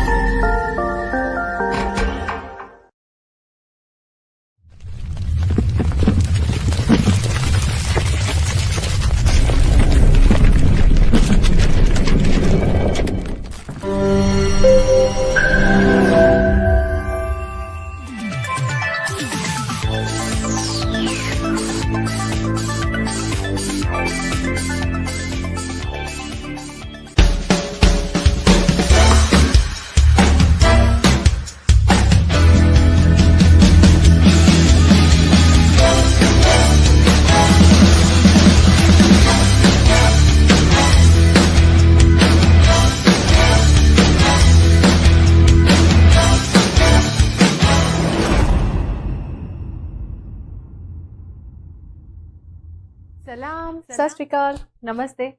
और मैं हूं आमना इनाम आपके साथ हंसते हंसते। क्या हाल है आप सबके जी, कैसे हैं आप सब? और पूरा हफ्ता गुजरते हुए तो पता ही नहीं चलता कब दिन हो जाती है, कब शाम हो जाती है। तो उम्मीद करती हूँ जो भी दिन गुजर रहा है आप सब उस दिन गुजरते हुए दिन के साथ सब अपनी जिंदगियों में बिल्कुल खुश खुर्म अपनी जिंदगी गुजार रहे होंगे। आबाद रहिए, इसी तरह मुस्कुराते रहिए। और हमेशा की तरह कहती हूँ कि हमेशा हर प्रोग्राम लेकर आऊंगी एक मस्ती से भरा हुआ, और हर आर्टिस्ट और सेलिब्रिटी जो भी लेकर आऊंगी आप लोगों के लिए वो एक बेशक नया टैलेंट है, एक नया नाम है, इंडस्ट्री में उभरता हुआ सितारा है, लेकिन आपके लिए बहुत ही जबरदस्त और बहुत ही खूबसूरत मस्ती भरी शाम के साथ होगा। प्रोग्राम का आगाज करते हुए सबसे पहले अपने स्पॉन्सर्स का शुक्रिया अदा करना चाहेंगे जी। बहुत बहुत शुक्रिया हमारे तमाम स्पॉन्सर्स का जो हमारी शाम को खूबसूरत बनाते हैं। आर्टिस्ट सेलिब्रिटीज हमारे साथ होते हैं, इसी तरह हमें प्यार की आपकी ज़रूरत है, हमें प्यार देते रहिए। फ्राइडे फ्लेक्स आपकी मोहब्बतों के बगैर अधूरा है। तो एक अच्छी बात के साथ प्रोग्राम का आगाज करेंगे। और आज मैं सुबह बैठी हुई थी, चाय पी रही थी, तो मुझे एक बहुत अच्छी बात मेरी नज़रों के सामने से गुजरी, तो मुझे लगा कि आप लोगों के साथ मुझे वो ज़रूर शेयर करनी चाहिए आज के प्रोग्राम में। और वो क्या अच्छी बात थी अभी मैं आपके सामने शेयर करने जा रही हूँ। और वो अच्छी बात क्या है? वो अच्छी बात कुछ ऐसे है, सच को तमीज ही नहीं बात करने की, सच को तमीज ही नहीं बात करने की, झूठ को देखो कितना मीठा बोलता है। जी बिल्कुल ऐसे ही ये बात नहीं गुजरी नजरों से। जितना मर्जी झूठ बोल लीजिए, ठीक है, वो हमेशा मीठा ही लगेगा, और जितना बड़ा मर्जी सच बोल लीजिए हमेशा कड़वा लगता है। इस बात का जो लेसन था वो ये था कि आप लोगों को सच कड़वा भी लगे ना, लेकिन प्लीज सच का ही सहारा लीजिए। झूठ के कोई पांव नहीं होते, लेकिन सच जितना भी हो, कड़वा हो, जितना मर्जी बुरा हो, जितना मर्जी भयानक हो, लेकिन सच का जो अंजाम है, जो सच का एंड है, वो अच्छा होता है। तो अपनी जिंदगियों में सच्चाई का दामन थामे रखिए, हमें अपनी फीडबैक से आगाह रखिए। मेरे पेज को लाइक करना, शेयर करना, सब्सक्राइब करना नहीं भूलना आपने। प्रोग्राम का आगाज करते हुए अपने मेहमानों को दावत देते हुए, आज के मेहमानों का तारुफ कराते हुए, आगे बढ़ते हुए आमना नाम आपको बताती हुई चले, आज मेरे साथ दोबारा से मेरे बहुत फेवरेट, बहुत अच्छे दोस्त, बहुत अच्छा इंडस्ट्री का बहुत प्यारा नाम उभरता हुआ हमारा ये स्टार, दिन दुगनी रात चुगनी तरक्की करते हुए एक के बाद एक हिट अपना ट्रैक देते हैं। और अभी आज जिस गाने की लॉन्च के ऊपर आज हमने इनको दावत दी है, जिस गाने के लिए हमने इनको आज अपने शो में वेलकम किया है, इनके नए ट्रैक जिसका नाम है इनकार। जी मैं बात कर रही हूँ ताहिर अब्बास एंड अफीफा भट्ट। अफीफा भट्ट हमारी इंडस्ट्री के अंदर एक नया उभरता हुआ सितारा, और आज हमारे साथ होंगे जी दोनों हमारे साथ रूबरू, और उनके साथ हमारा खूबसूरत सा ये प्यारी सी गपशप का सिलसिला। आप भी मेरे साथ रहिए और करते हैं जी बहुत सारी बातें, बहुत सारी मस्ती। और जिन्होंने अभी तक ज्वाइन नहीं किया जल्दी से ज्वाइन कीजिए। आमना इनाम आपके साथ फ्राइडे फ्लिक्स में खूबसूरत सी शाम को लेके। तो वेलकम कहने जा रही हूँ one and only Tahir Abbas and Afifa Bhatt. अस्सलाम वालेकुम, क्या हाल चाल है जनाब ताहिर अब्बास साहब। एंड आज हमारे साथ उभरती हुई हमारी इंडस्ट्री का खूबसूरत प्यारा सा नाम जी अफीफा भट्ट। वेलकम कहेंगे आपको।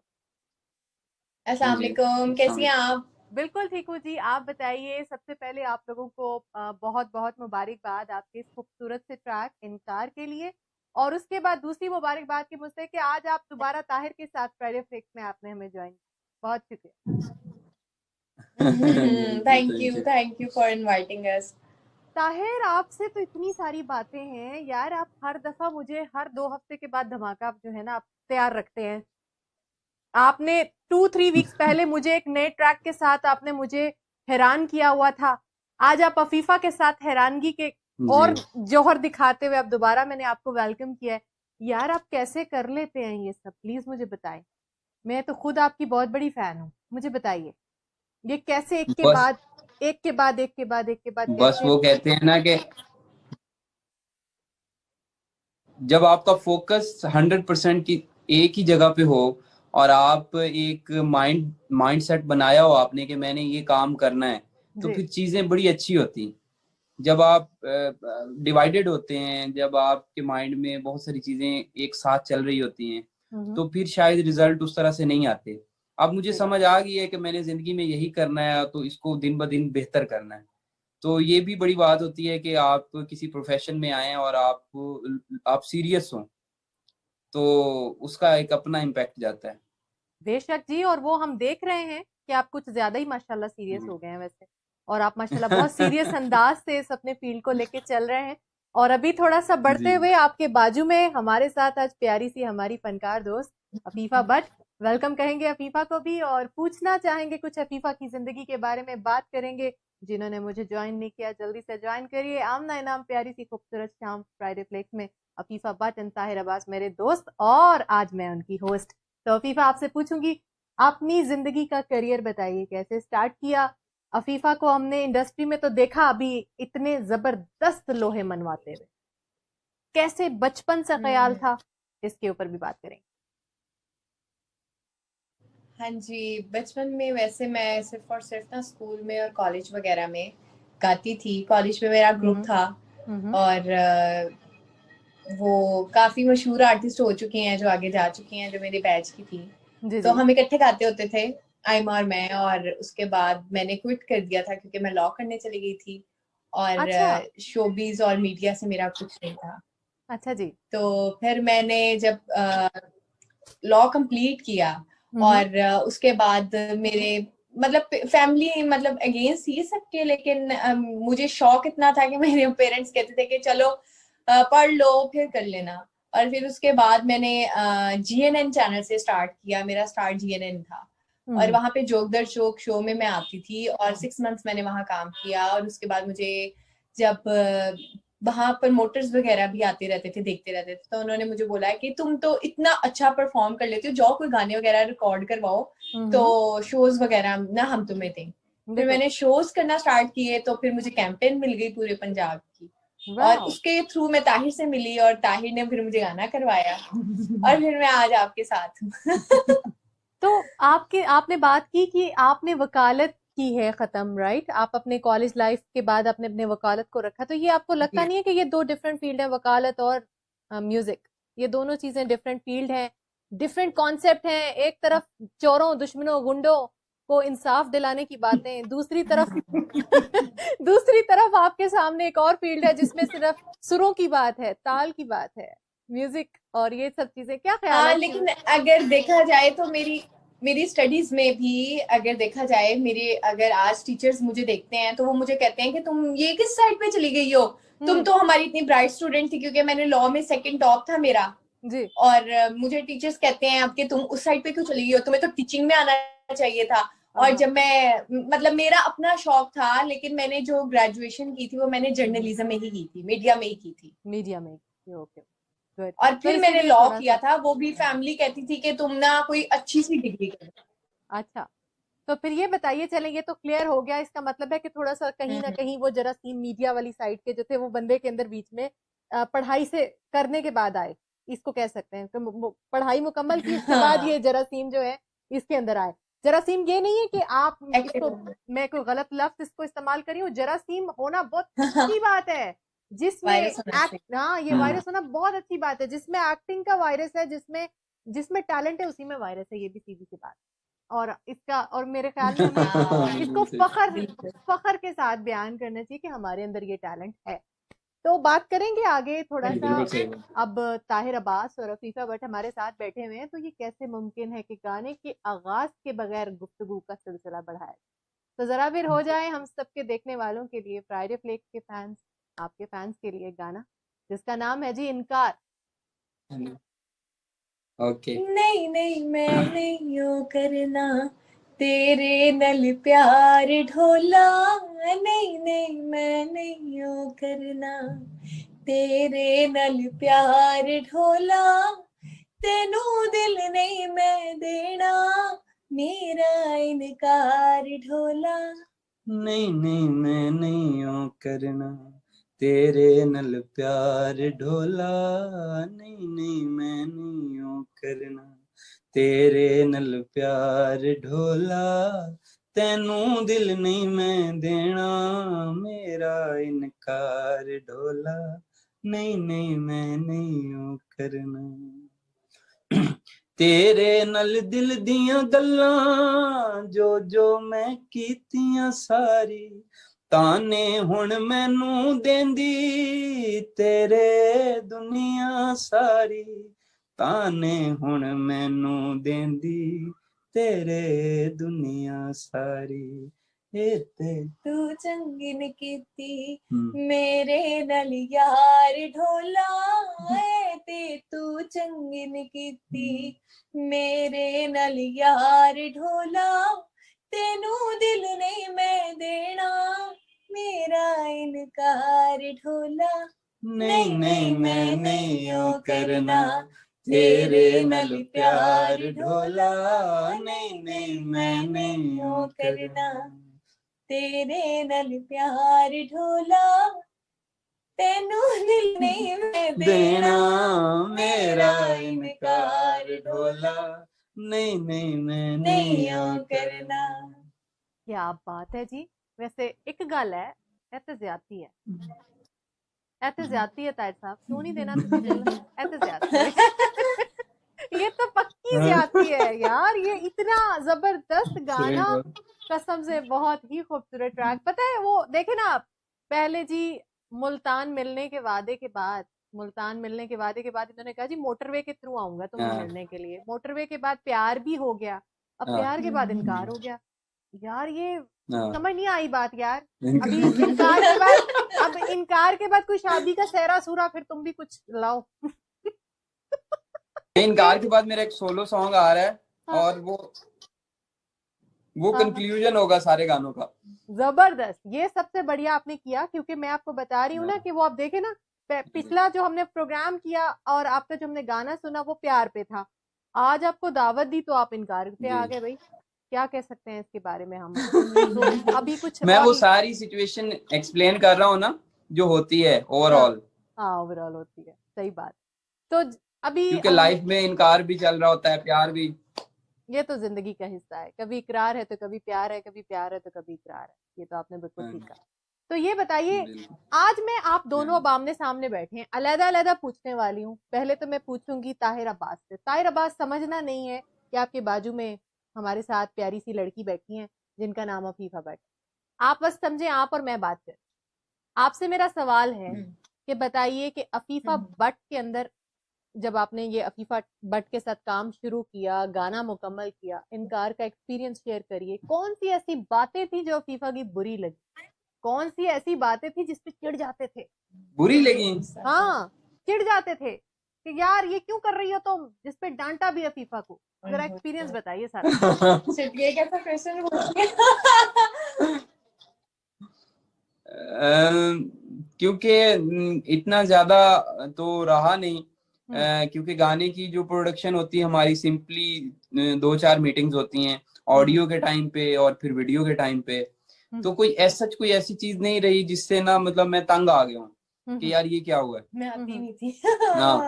तो हाँ, बस ये होता था कि ये मैं इसको बोलता था कि कभी कोई बात हो तो मैं इसको बोलता था कि काम पे आपने फोकस रखना है। इसके अंदर जो मैंने पॉजिटिव चीज देखी थी वो है इसकी एनर्जी।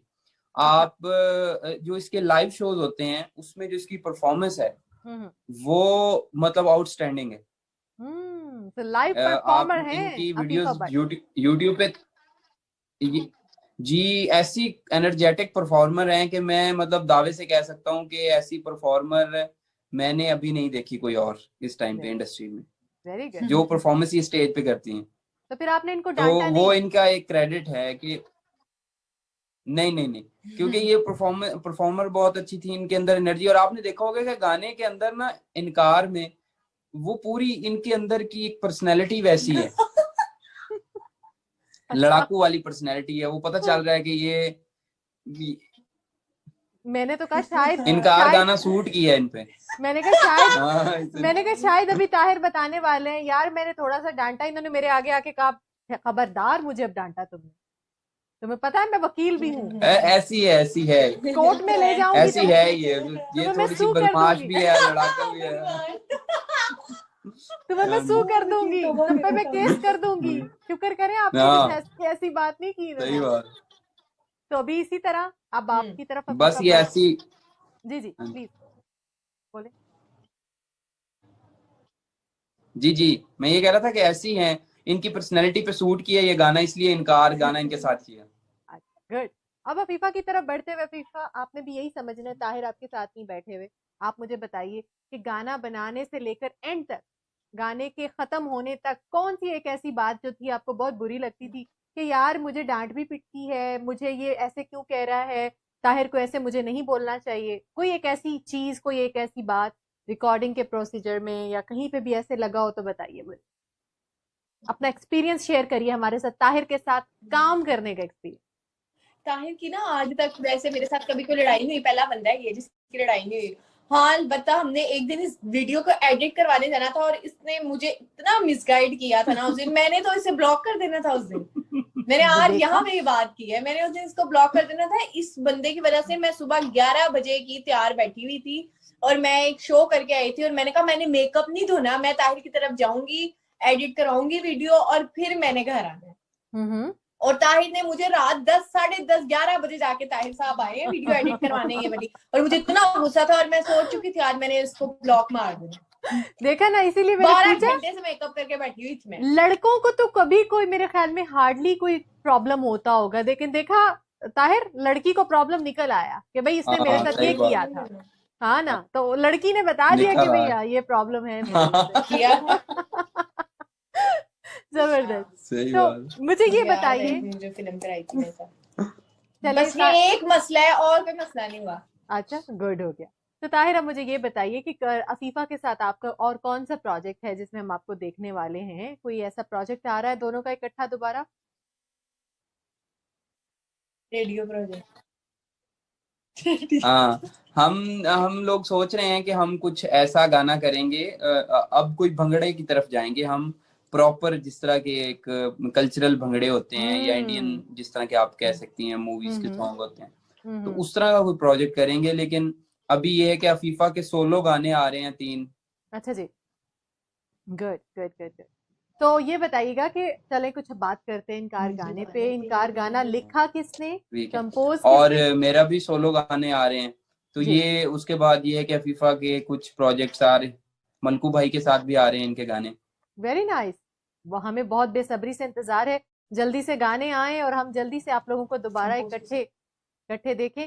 तो मेरा सवाल था आपसे अफीफा और ताहिर से कि बताइएगा कि इनकार गाना लिखा किसने, कंपोज किसने किया, इस गाने के लिरिक्स वगैरह कैसे, ये पूरा गाना कैसे तैयार किया, जरा उसकी जरा थोड़ी पीछे बैकग्राउंड हिस्ट्री पे चलते हैं।